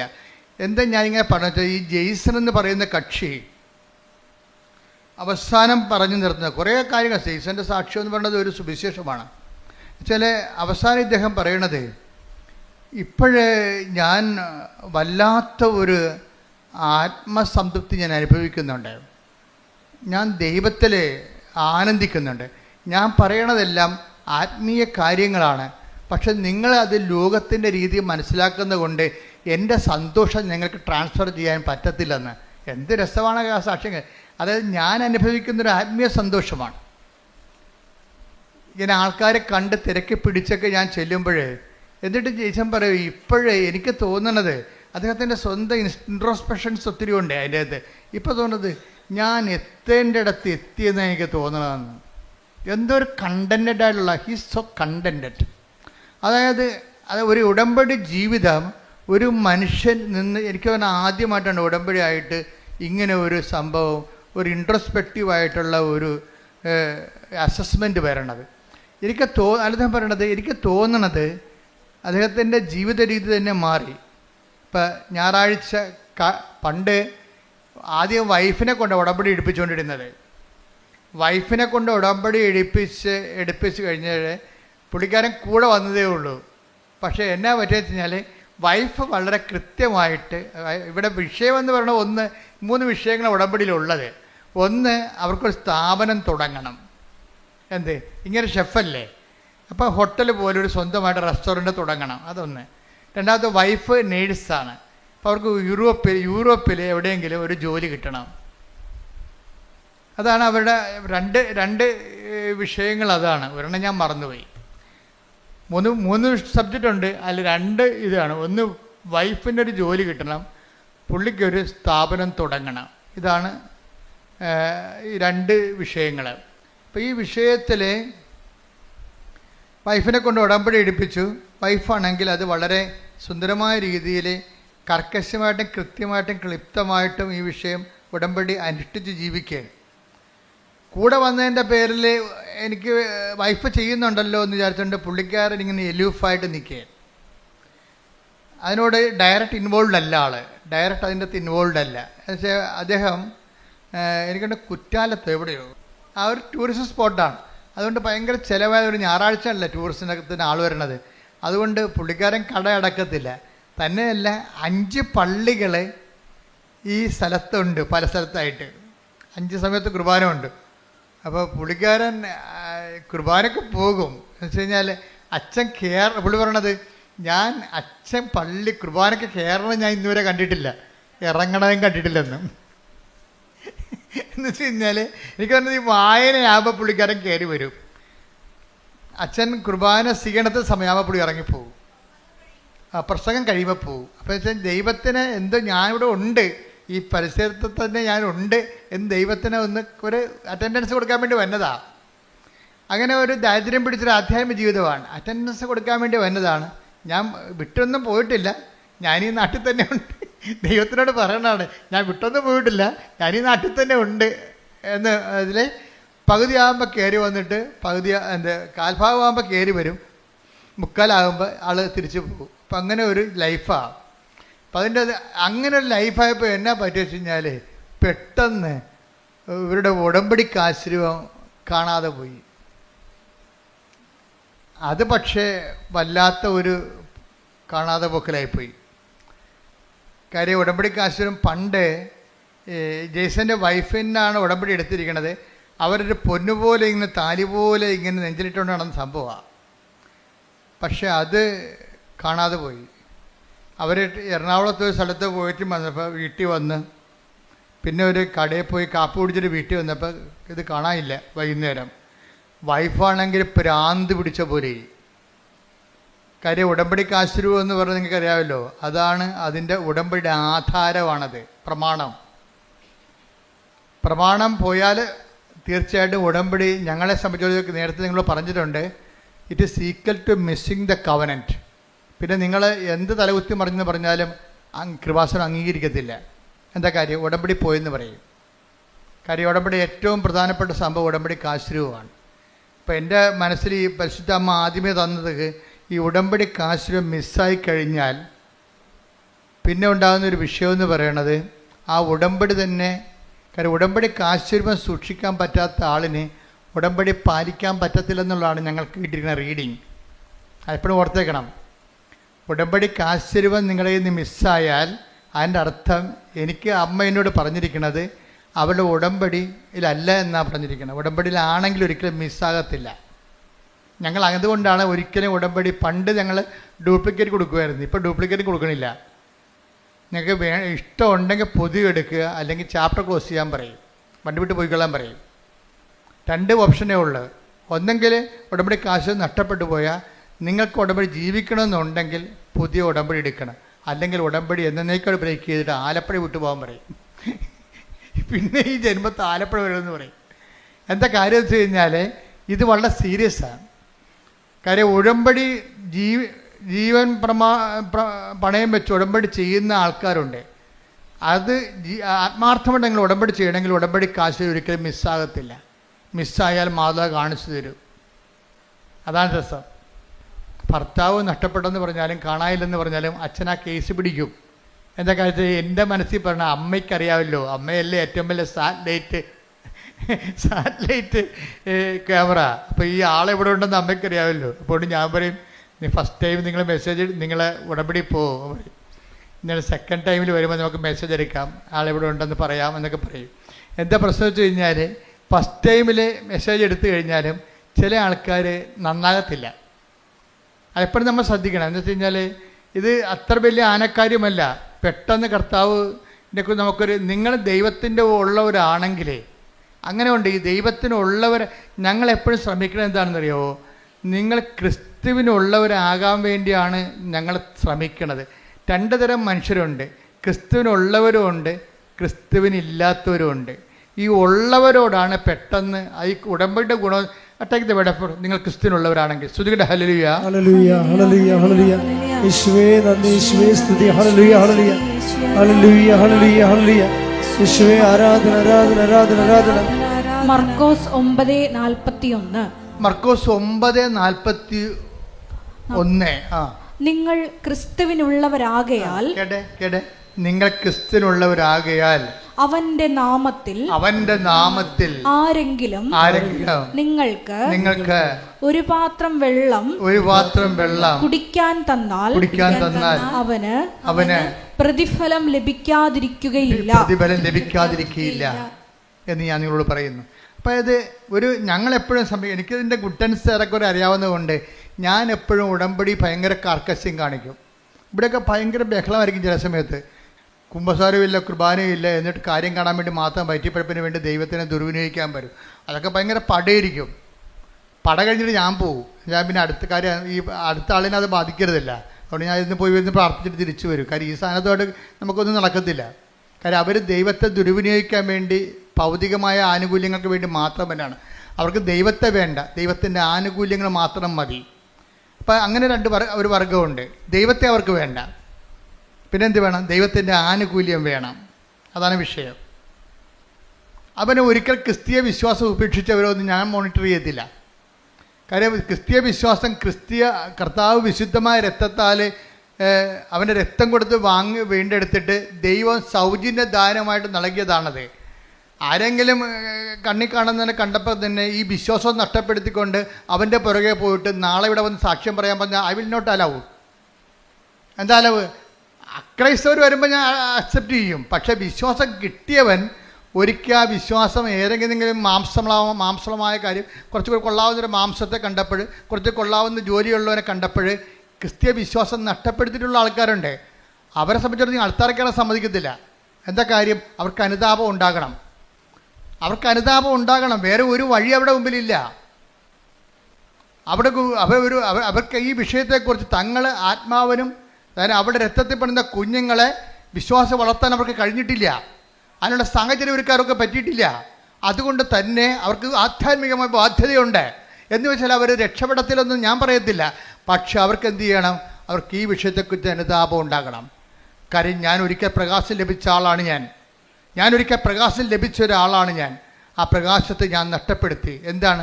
ഒരു ലൈൻ അടിച്ച് ലവ് അടിച്ച് അവരെ കണ്ടപ്പോൾ കർത്താവിനെ അവൻ മറന്നു. അപ്പോൾ നിങ്ങൾ പറയും, ഞാൻ കർത്താവിനൊന്നും മറന്നിട്ടില്ല, ഞാനിപ്പോഴും പ്രാർത്ഥിക്കുന്നുണ്ട്. നിങ്ങളറിയാമല്ലോ, നിങ്ങളുടെ രക്തത്തിൽ പെടുന്ന കുഞ്ഞിനെ, വിവാഹത്തിലുണ്ടാകുന്ന കുഞ്ഞുങ്ങളെ പുണ്യപൂർണ്ണം വളർത്താൻ വേണ്ടിയാണ് വിവാഹം സഭയിൽ സ്ഥാപിച്ചിരിക്കുന്നത്. നിങ്ങളുടെ കുഞ്ഞുങ്ങളെ വിശ്വാസത്തെ വളർത്താൻ പറ്റാത്തൊരു സാഹചര്യമാണ് മുന്നിൽ കണ്ടതെന്നുണ്ടെങ്കിൽ നിങ്ങൾക്ക് തീരുമാനം എടുക്കണം. ഒന്നുകിൽ നിത്യത അല്ലെങ്കിൽ അനുദിന ജീവിതം. നിങ്ങൾ അനുദിന ജീവിതത്തിന് നിത്യതയ്ക്കുള്ള പ്രാധാന്യം കൊടുത്തിട്ടുണ്ടെങ്കിൽ പിന്നെ യേശുക്രിസ്തു മുമ്പിൽ വരാൻ നിങ്ങൾക്ക് എന്താണ് കാരുണ്യം? പിന്നെ വയറ്റിപ്പഴപ്പിനോ? അത് നിങ്ങൾ വാങ്ങിച്ചുകൊണ്ട് പോയിക്കോളൂ. അതുകൊണ്ട് ഐ വിൽ നോട്ട് അലവ്. അത് എപ്പോഴും ശ്രദ്ധിക്കണം. നിങ്ങൾക്ക് ജീവിതകാലം മുഴുവൻ ഈ വിഷയത്തെക്കുറിച്ച് കർത്താവ് നൽകിയ ചൈതന്യം, കർത്താവ് നൽകിയിട്ടുള്ള വിശ്വാസം പാരമ്പര്യമായിട്ട് കിട്ടിയാലും ദൈവത്തിൻ്റെ അനന്തമായ കാരുണ്യം കൊണ്ടല്ല കിട്ടിയത്. അപ്പോൾ കുറച്ചുകൂടി അതിനോട് നമ്മൾ കഷ്ടപ്പെട്ടിട്ടല്ല, നമുക്ക് സൗജന്യമായിട്ട് ദൈവം ദാനം തന്നിട്ടുണ്ടെങ്കിൽ, ക്രൈസ്തവ മാതാപിതാക്കന്മാരെന്ന നിലയിൽ അവരിൽ നിന്ന് നമ്മൾ ജനിച്ചത് കൊണ്ടാണ് നമുക്ക് വിശ്വാസം കിട്ടിയിട്ടുണ്ടെങ്കിൽ ആ വിശ്വാസത്തിന് നമ്മൾ കഷ്ടപ്പെട്ട് നേടിച്ച വിശ്വാസത്തെക്കാൾ വിലയുള്ളതാണ്. എന്താ കാരണം? ദൈവം അത് നമുക്ക് സൗജന്യ ദാനമായി തന്നിട്ടുണ്ടെങ്കിൽ ആ സൗജന്യ ദാനത്തിന് ദൈവത്തിൻ്റെ 100% ദൈവത്തിൻ്റെ കൃപയാണ്. എൻ്റെ വിശ്വാസം എന്ന് മനസ്സിലാക്കിയാൽ ആ വിശ്വാസത്തിന് മാനിച്ചുകൊണ്ട് ജീവിക്കാൻ ഞാൻ ബാധ്യതയുള്ളവനാണ്. അഥവാ എനിക്കത് ബാധ്യതയില്ല എങ്കിൽ, ഞാൻ ഇട്ടെറിഞ്ഞ് പോയിട്ടുണ്ടെങ്കിൽ, നിങ്ങൾ എറിഞ്ഞു കളഞ്ഞിരിക്കണം നിങ്ങളുടെ നിത്യതയും നിങ്ങളുടെ ആത്മാവിനുമാണെന്നുള്ള ബോധ്യം ഉണ്ടാകണം. അതേക്കുറിച്ച് നിങ്ങൾ അനുതപിക്കണം. ശ്രദ്ധിക്കട്ടെ. ഹല്ലേലൂയ, ഹല്ലേലൂയ, ഹല്ലേലൂയ, ഹല്ലേലൂയ, ഹല്ലേലൂയ, ആരാധന, ഹല്ലേലൂയ, ഹല്ലേലൂയ, ആരാധന, ഹല്ലേലൂയ, ഹല്ലേലൂയ. ദൈവകൃപ ജീവിതത്തിൽ ഏർപ്പെട്ടിരിക്കുന്ന മക്കൾക്ക് ആഴമായ അനുതാപം ഈ നോമ്പുകാലത്ത് നൽകണമേ. അറിവ് തോന്നണേ, പാപിയാണു ഞാൻ നാഥാ, പാപിയാണു ഞാൻ. കരുണ തോന്നണേ എന്നിൽ, അറിവ്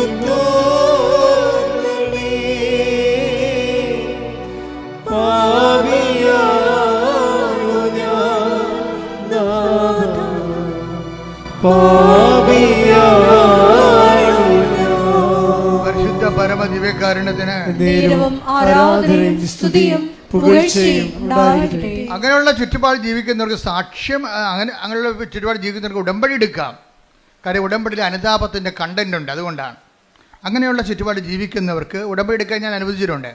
എന്താ കാര്യം? ഉടമ്പടിയിൽ അനുതാപത്തിൻ്റെ കണ്ടന്റ് ഉള്ളതാണ്. അപ്പോൾ അനുതാപത്തിലേക്ക് വരാൻ ദൈവത്തോട് ചെയ്തിരിക്കുന്ന ഒരു സാഹചര്യത്തിൽ, പ്രത്യേക സാഹചര്യത്തിൽ സമ്മതത്തിന് വിധേയമായിട്ട് നിൻ്റെ അജ്ഞതയുടെ കാലഘട്ടത്തെ ദൈവത്തെക്കുറിച്ച് അറിയാമായിരുന്നിട്ടും അറിയാമെന്ന സാഹചര്യം ഉണ്ടായിട്ടും ചില ആൾക്കാർക്ക് അറിയേണ്ടത് അറിയുന്നില്ല എന്ന് അറിഞ്ഞിരിക്കുന്നവനെന്ന് പറയുന്നവൻ അറിയേണ്ടത് അറിഞ്ഞിട്ടില്ല. നമ്മൾ നേരത്തെ വായിച്ചതുപോലെ അജ്ഞതയുടെ ഒരു കാലഘട്ടം ഉണ്ടാകും. പക്ഷെ അജ്ഞതയുടെ കാലഘട്ടത്തെ ദൈവം കണക്കിലെടുക്കാതിരിക്കണമെന്നുണ്ടെങ്കിൽ നമുക്ക് അതിന് ആനുപാതികമായിട്ട് അനുതാപം ഉണ്ടാകണം. അജ്ഞതയുടെ കാലഘട്ടം. അപ്പോസ്തല പ്രവർത്തനങ്ങൾ 17:30. അപ്പോസ്തല പ്രവർത്തനം 17:30. അജ്ഞതയുടെ കാലഘട്ടങ്ങളെ പറഞ്ഞേ അജ്ഞതയുടെ കാലഘട്ടങ്ങളെ ദൈവം കണക്കിലെടുത്തില്ല. എന്നാൽ ഇപ്പോൾ എല്ലായിടത്തുമുള്ള സകല ജനങ്ങളും പശ്ചാത്തപിക്കണമെന്ന് അവിടുന്ന് ആജ്ഞാപിക്കുന്നു. ആഗ്രഹിക്കണമല്ല, ആജ്ഞാപനമാണ്. മനസ്സിലായില്ലേ? ആത്മരക്ഷയുടെ ഭാഗമായതുകൊണ്ടാണ് ഇത് ആജ്ഞാപനം വന്നത്, അല്ലെങ്കിൽ ആഗ്രഹിച്ചാൽ മതി. അജ്ഞതയുടെ കാലഘട്ടത്തിൽ ദൈവം കണക്കിലെടുത്തില്ല. പക്ഷേ എന്താ പ്രശ്നം? ഇപ്പോഴാകട്ടെ എല്ലായിടത്തുമുള്ള എല്ലാവരുമാണ്, ആർക്കും ഒഴിവൊഴിവില്ല. എല്ലായിടത്തുമുള്ള എല്ലാവരും അനുതപിക്കണമെന്ന് അവിടുന്ന് ആജ്ഞാപിക്കുന്നു. നിന്റെ ഒരു ദുരന്തം ദൈവത്തിൻ്റെ ആജ്ഞാപനമായിട്ട് നീ തിരിച്ചറിയണം. ഇപ്പം കാശുരം കളഞ്ഞു പോയതൊരു ദുരന്തമാണ്. ആ ദൈവത്തിൻ്റെ ആജ്ഞാപനമായിട്ട് അയാൾ തിരിച്ചറിയണം. എന്താ കാര്യം? കാശുരുവൻ കളഞ്ഞു പോയ ഉടനെ ആ വൈഫ് അത് ശരിക്കും പറഞ്ഞാൽ അതിനു വേണ്ടി അവർ കാപ്പി കുടിച്ച കടയിൽ പോയി. പിന്നെ തലേ ദിവസം സുഭാഷ് പാർക്കിൽ പോയായിരുന്നു. വെളുപ്പിനെ വന്നിട്ട് സുഭാഷ് പാർക്ക് തുറപ്പിച്ച് അതിൻ്റെ അകത്ത് അവരിരുന്ന സ്ഥലത്ത് പോയി നോക്കി, അവിടെ കണ്ടില്ല. കുറേ കഷ്ടപ്പെട്ട് അവസാനം ഇവിടെ വന്ന് അന്നത്തെ കാലത്ത് ഡ്യൂപ്ലിക്കേറ്റ് വാങ്ങിച്ചുകൊണ്ട് പോയി. ഇന്ന് ഡ്യൂപ്ലിക്കേറ്റ് പോലും ഇല്ലെന്ന് ഓർത്തേക്കണം കേട്ടോ. അങ്ങനെ സംഭവമേ ഇല്ല ഇപ്പം. പക്ഷേ എന്ത് പറ്റി? ഡ്യൂപ്ലിക്കേറ്റ് വാങ്ങിച്ചുകൊണ്ട് പോയിട്ടും പെട്ടെന്ന് കാര്യങ്ങൾ സംഭവിച്ചു. എന്താണ്? അവർക്ക് അവരുടെ പ്രോസസ്സായിട്ടിരിക്കുകയായിരുന്നാണ്, അവരുടെ വിസ പ്രോസസ്സായിട്ടിരിക്കുകയായിരുന്നു. അത് മൊത്തം അടലപടലാടെ ഇങ്ങനെ പൊളിഞ്ഞു വീണ് എല്ലാം ക്യാൻസലായി. പിറ്റേ ദിവസം അവരയച്ച പത്രം, പിറ്റേ ആഴ്ചയിൽ അവരയച്ച മുഴുവൻ അപേക്ഷ റിജക്റ്റ് ചെയ്ത് അതുപോലെ തന്നെ കൊറിയറിൽ തിരിച്ചു വന്നു. ഇയാൾ ആശ്രയം വെച്ചുള്ള കടകളിൽ കച്ചവടം കുറഞ്ഞു. നോക്കിയാൽ എല്ലാം, അതായത് നമ്മൾക്ക് വരാൻ പോകുന്ന ഒരു ദുരന്തമാണ്. അജ്ഞതയുടെ കാലഘട്ടത്തിൽ ദൈവം കണക്കിലെടുത്തില്ല. എന്നാൽ ഇപ്പോൾ എല്ലായിടത്തുമുള്ള എല്ലാവരും അനുതപിക്കണമെന്ന്. ഒരു ദുരന്തം വരുമ്പോൾ അനുതാപമാണ് ഉദ്ദേശിക്കുന്നത്. ദുരന്തം വെച്ചാൽ എല്ലാ ചെറിയ ഒരു വിശപ്പ് പോലും ഒരു ദുരന്തമാണ്. ഒരു രോഗം പോലും ഒരു ദുരന്തമാണ്. അതുകൊണ്ടല്ലേ 13:4 വായിച്ചോളൂ ലൂക്കായുടെ സുവിശേഷം. ശ്രുതികട ഹല്ലേലൂയ ഹല്ലേലൂയ ഹല്ലേലൂയ ഹല്ലേലൂയ യേശുവേ നന്ദി ഹല്ലേലൂയ hallelujah hallelujah hallelujah hallelujah hallelujah hallelujah ഹല്ലേലൂയ. സീലോഹായിലെ ഗോപുരം ഇടിഞ്ഞു വീണ്. ദുരന്തം പിന്നെ കണ്ട 13:4 എന്താ പറയണത്? ഏറ്റു പറഞ്ഞ സിലോഹായിലെ ഗോപുരം ഇടിഞ്ഞു വീണ് കൊല്ലപ്പെട്ട ആ 18 പേർ അന്ന് ജെറുസലേമിൽ വസിച്ചിരുന്ന എല്ലാവരെയും കുറ്റക്കാരായിരുന്നു എന്ന് നിങ്ങൾ വിചാരിക്കുന്നുണ്ടോ? അല്ല എന്ന് ഞാൻ പറയുന്നു. പശ്ചാത്തപിക്കുന്നില്ലെങ്കിൽ നിങ്ങൾ എല്ലാവരും അതുപോലെ നശിക്കും. ദുരന്തത്തിന്റെ ഉദ്ദേശം എന്താണ്? പശ്ചാത്താപമാണ്. സിമ്പിൾ അല്ലേ? ക്രിസ്തുവിന്റെ കാലത്ത് സംഭവിച്ച ഒരു വർത്തമാനകാല ന്യൂസാണത്. വർത്തമാനം. അന്ന് സിലോഹയിലെ ഗോപുരം വീണ് കുറച്ച് പേര് മരിച്ചു. ആ വാർത്ത കർത്താവിനോട് പറഞ്ഞപ്പോൾ കർത്താവ് എന്താ പറഞ്ഞത്? അവരെല്ലാവരെക്കാൾ പാപികളാണെന്ന് ഞാൻ കരുതണില്ല, പക്ഷെ പശ്ചാത്താപിച്ചില്ലെങ്കിൽ നിങ്ങളുടെ അവസ്ഥയും ഈ ദുരന്തം ക്ഷണിച്ചു വരുത്തിയിരിക്കും ചെയ്യണതെന്ന്.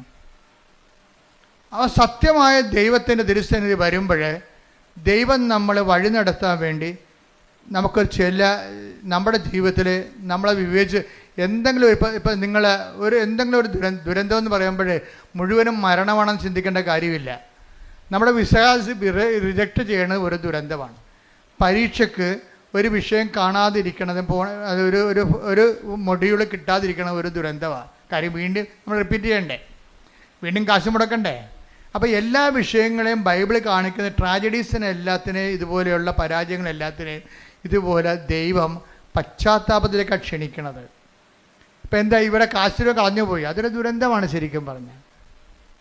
കാശുര കളഞ്ഞു പോയി, അതോടുകൂടി ദുരന്തം പുറപ്പെടാൻ സംഭവിക്കും. വിസ പോയി, വിസ എല്ലാം തിരിച്ചു വന്നു. അതുപോലെ തന്നെ ഹോട്ടലിൻ്റെ അകത്ത് കച്ചവടം കുറഞ്ഞു. അപ്പം അതിന് ജെയ്സൺ പറയണത് എങ്ങനെയാ വെച്ച് കഴിഞ്ഞാൽ ഭാര്യ ഉടമ്പടി ജീവിക്കുന്നുണ്ടെങ്കിലും ഞാൻ ആ വീട്ടിൽ താമസിക്കുന്നുണ്ടല്ലോ, എനിക്കാണെങ്കിൽ ഒരു കുഴപ്പമുണ്ട്, വാ വിളിച്ചാൽ ഞാൻ തെറി പറയുമെന്ന്.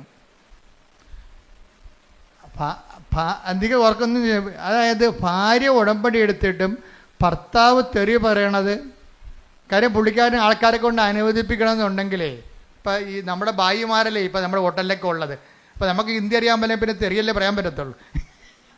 ഇതാണ് ഇവിടുത്തെ അവസ്ഥ. ഹിന്ദി അറിയാൻ പറ്റാത്ത കൊണ്ട് അവനെ പറഞ്ഞ് തമ്മിൽക്കാൻ വേണ്ടി തെറി പറയും. അപ്പം ഇങ്ങനെയൊക്കെ ഇതൊന്നും സുവിശേഷമായിട്ട് ജീവിക്കാൻ പറ്റത്തില്ല. നിങ്ങൾ ദ്വയാർത്ഥ പ്രയോഗങ്ങൾ, പിന്നെ വെച്ചുള്ള സംസാരങ്ങൾ, അതുപോലെ തന്നെ എന്താണ് ദൈവത്തിന് നിരക്കാത്ത ഈ സംസാരത്തിനകത്ത് വരുന്ന പാകപ്പിഴകൾ, ഇതൊക്കെ നിങ്ങൾ ശ്രദ്ധിക്കണം വളരെയായിട്ട്. കാര്യം നിങ്ങൾ സുവിശേഷം വായിക്കുകയും സുവിശേഷം പറയുകയും ചെയ്യുന്ന നാവിനെ കൊണ്ടാണ് നിങ്ങൾ ഇതുപോലെയുള്ള. അതുകൊണ്ട് ഈ വിഷയത്തിലൊക്കെ എല്ലാം ദൈവം കുറച്ച് ശരിയാകും, കുറച്ച് ശരിയാകത്തില്ലെന്നല്ല. ദൈവത്തിൻ്റെ ഒരു പ്രശ്നം എല്ലാം ശരിയാകണമെന്ന് തന്നെയാണ്. അപ്പം അതുകൊണ്ട് പ്രാർത്ഥിക്കുക, കർത്താവായ ദൈവമേ, ഉടമ്പടി ഒരു ജീവിതക്രമം എന്ന നിലയിലെ വിശുദ്ധിയോടെ ജീവിക്കുവാൻ എന്റെ ജീവിതത്തിൽ വന്നു പോയിട്ടുള്ള അപരാധങ്ങൾക്ക് അനുതാപത്തോടെ ജീവിക്കുവാൻ എനിക്ക് പശ്ചാത്താപത്തിന്റെ അഭിഷേകം നൽകണമേ. ശ്രദ്ധിക്കട്ടെ.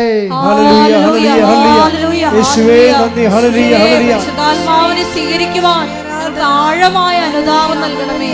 ഹല്ലേലൂയ, ഹല്ലേലൂയ.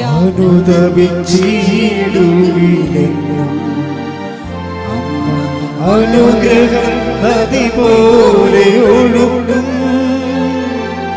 അനുദപിച്ചിടുകയിലെന്നും അനുഗ്രഹം നദി പോലെ ഒഴുകും. കൃപയുടെ വഴികളിൽ സഞ്ചരിച്ചിടാം, പ്രാർത്ഥനാവരമേകും സ്നേഹനാഥേ. കൃപയുടെ വഴികളിൽ സഞ്ചരിച്ചിടാം, പ്രാർത്ഥനാവരമേകും സ്നേഹനാഥേ. പരിശുദ്ധ പരമ ദിവ്യകാരുണ്യത്തിന് ആരാധനയും സ്തുതിയും പുകഴ്ചയും ഉണ്ടായിരിക്കട്ടെ. എന്തുകൊണ്ടാണ് അനുതാപം താമസിക്കാൻ കാരണം? എന്താണ് അനുതാപം താമസിക്കാൻ കാരണം? ദൈവത്തെക്കുറിച്ചുള്ള അംബിഗ്വസ് ആയിട്ടുള്ള, അതായത് എന്താണ് അംബിഗ്വസ് എന്ന് വെച്ചാൽ വ്യക്തതയില്ലാത്ത, രണ്ട് ഭാഗവും ശരി, അതും ശരി ഇതും ശരി എന്നൊക്കെ പറയത്തില്ലേ. ദൈവത്തെക്കുറിച്ചുള്ള ക്ലാരിറ്റി ഇല്ലെങ്കിൽ അനുതാപം താമസിക്കും.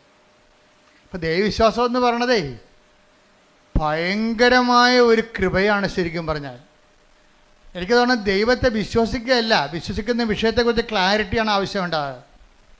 വിശ്വാസത്തിനേക്കാൾ പ്രധാനപ്പെട്ടതാണ് വിശ്വസിക്കുന്ന വിഷയത്തെക്കുറിച്ചുള്ള വ്യക്തത. വ്യക്തതയില്ലെങ്കിൽ വേദോപദേശങ്ങൾ നൽകും. വിശ്വാസത്തെക്കുറിച്ചോ ദൈവത്തെക്കുറിച്ചോ ഇപ്പം ഞാൻ എന്തുകൊണ്ടാണ് ഞാൻ നിങ്ങളോട് ഇത്രയും ക്ലിയർ കട്ടായിട്ട് പറയണത്? ഞാൻ അമ്മയെ നേരിട്ട് കണ്ടുകൊണ്ടാണ്. അമ്മയെ നേരിട്ട് കണ്ടിട്ടുള്ള എൻ്റെ ശേഷമുള്ള എൻ്റെ നിലപാടുകളും അമ്മയെ കാണുന്നുമുള്ള നിലപാടുകൾക്കും വ്യത്യാസമുണ്ട്. നേരത്തെ കാണുന്നതിന് മുമ്പ് ആൾക്കാരെ കോംപ്രമൈസ് ചെയ്താണ് ഞാൻ സംസാരിച്ചുകൊണ്ടിരുന്നത്. അതിനെക്കുറിച്ച് ഇരിക്കുന്ന പശ്ചാത്താപമുണ്ട്. അതായത് ദൈവത്തെക്കുറിച്ച് വ്യക്തതയില്ലെന്നുണ്ടെങ്കിൽ ആൾക്കാർ ഒത്തുതീർപ്പിന് വിധേയമാകും. അതും ശരി, ആ മതവും ശരി, ഈ മതവും ശരി, അവർ കാണിക്കണത് ശരി, ഇവർ കാണിക്കണത് ശരി. ആൾക്കാർക്ക് ദൈവത്തെക്കാൾ പ്രാധാന്യം കൊടുക്കും. മാധ്യമങ്ങളിലൂടെയൊക്കെ എന്തുമാത്രം പ്ലീസിങ് ആയിട്ടുള്ള കാര്യങ്ങളാണ് മാധ്യമം പ്രാധാന്യം കൊടുക്കുന്നത്. അതിനുവേണ്ടി ഞാൻ ദൈവത്തെ പോലും വിറ്റിട്ട് ജനങ്ങളുടെ കൂടെ കൂടും. ഇത് ദൈവത്തെക്കുറിച്ച് വ്യക്തതയില്ലാത്തതിൻ്റെ ലക്ഷണമാണിത്. അത് സഭയുടെ ഉന്നത ശ്രേണിയിൽ ഇരിക്കുന്നവർക്ക് പോലും ഈ അസുഖം വരാൻ സാധ്യതയുണ്ട്. എന്താ കാര്യം? എപ്പോഴും മീഡിയാസിനെ ഇങ്ങനെ കണ്ടുകൊണ്ടിരിക്കുമ്പോൾ ആൾക്കാർക്ക് അപ്പീലിംഗ് ആയിട്ടുള്ള കാര്യങ്ങൾ പറയാൻ വേണ്ടി ബാധ്യസ്ഥമായി പെടുമ്പോൾ ദൈവത്തെ നമ്മൾ തള്ളി മാറ്റിയിട്ട് ജനങ്ങളുടെ കൂടെ കൂടും. ഇതെല്ലാം പറ്റും. വിശ്വാസത്തിൽ ഡൈലൂഷൻ ആകുകയും ചെയ്യും, വ്യക്തത കുറഞ്ഞു പോവുകയും ചെയ്യും, അനുതാപം താമസിക്കുകയും ചെയ്യും. പ്രാർത്ഥിക്കുക, കർത്താവായ ദൈവമേ, വിശ്വാസത്തിൽ വ്യക്തത വരികയും അനുതാപത്തിലെ കൃത്യത ഉണ്ടാകുവാൻ എന്നെ സഹായിക്കണമേ, എന്നെ അനുഗ്രഹിക്കണമേ. ശ്രദ്ധിക്കട്ടെ.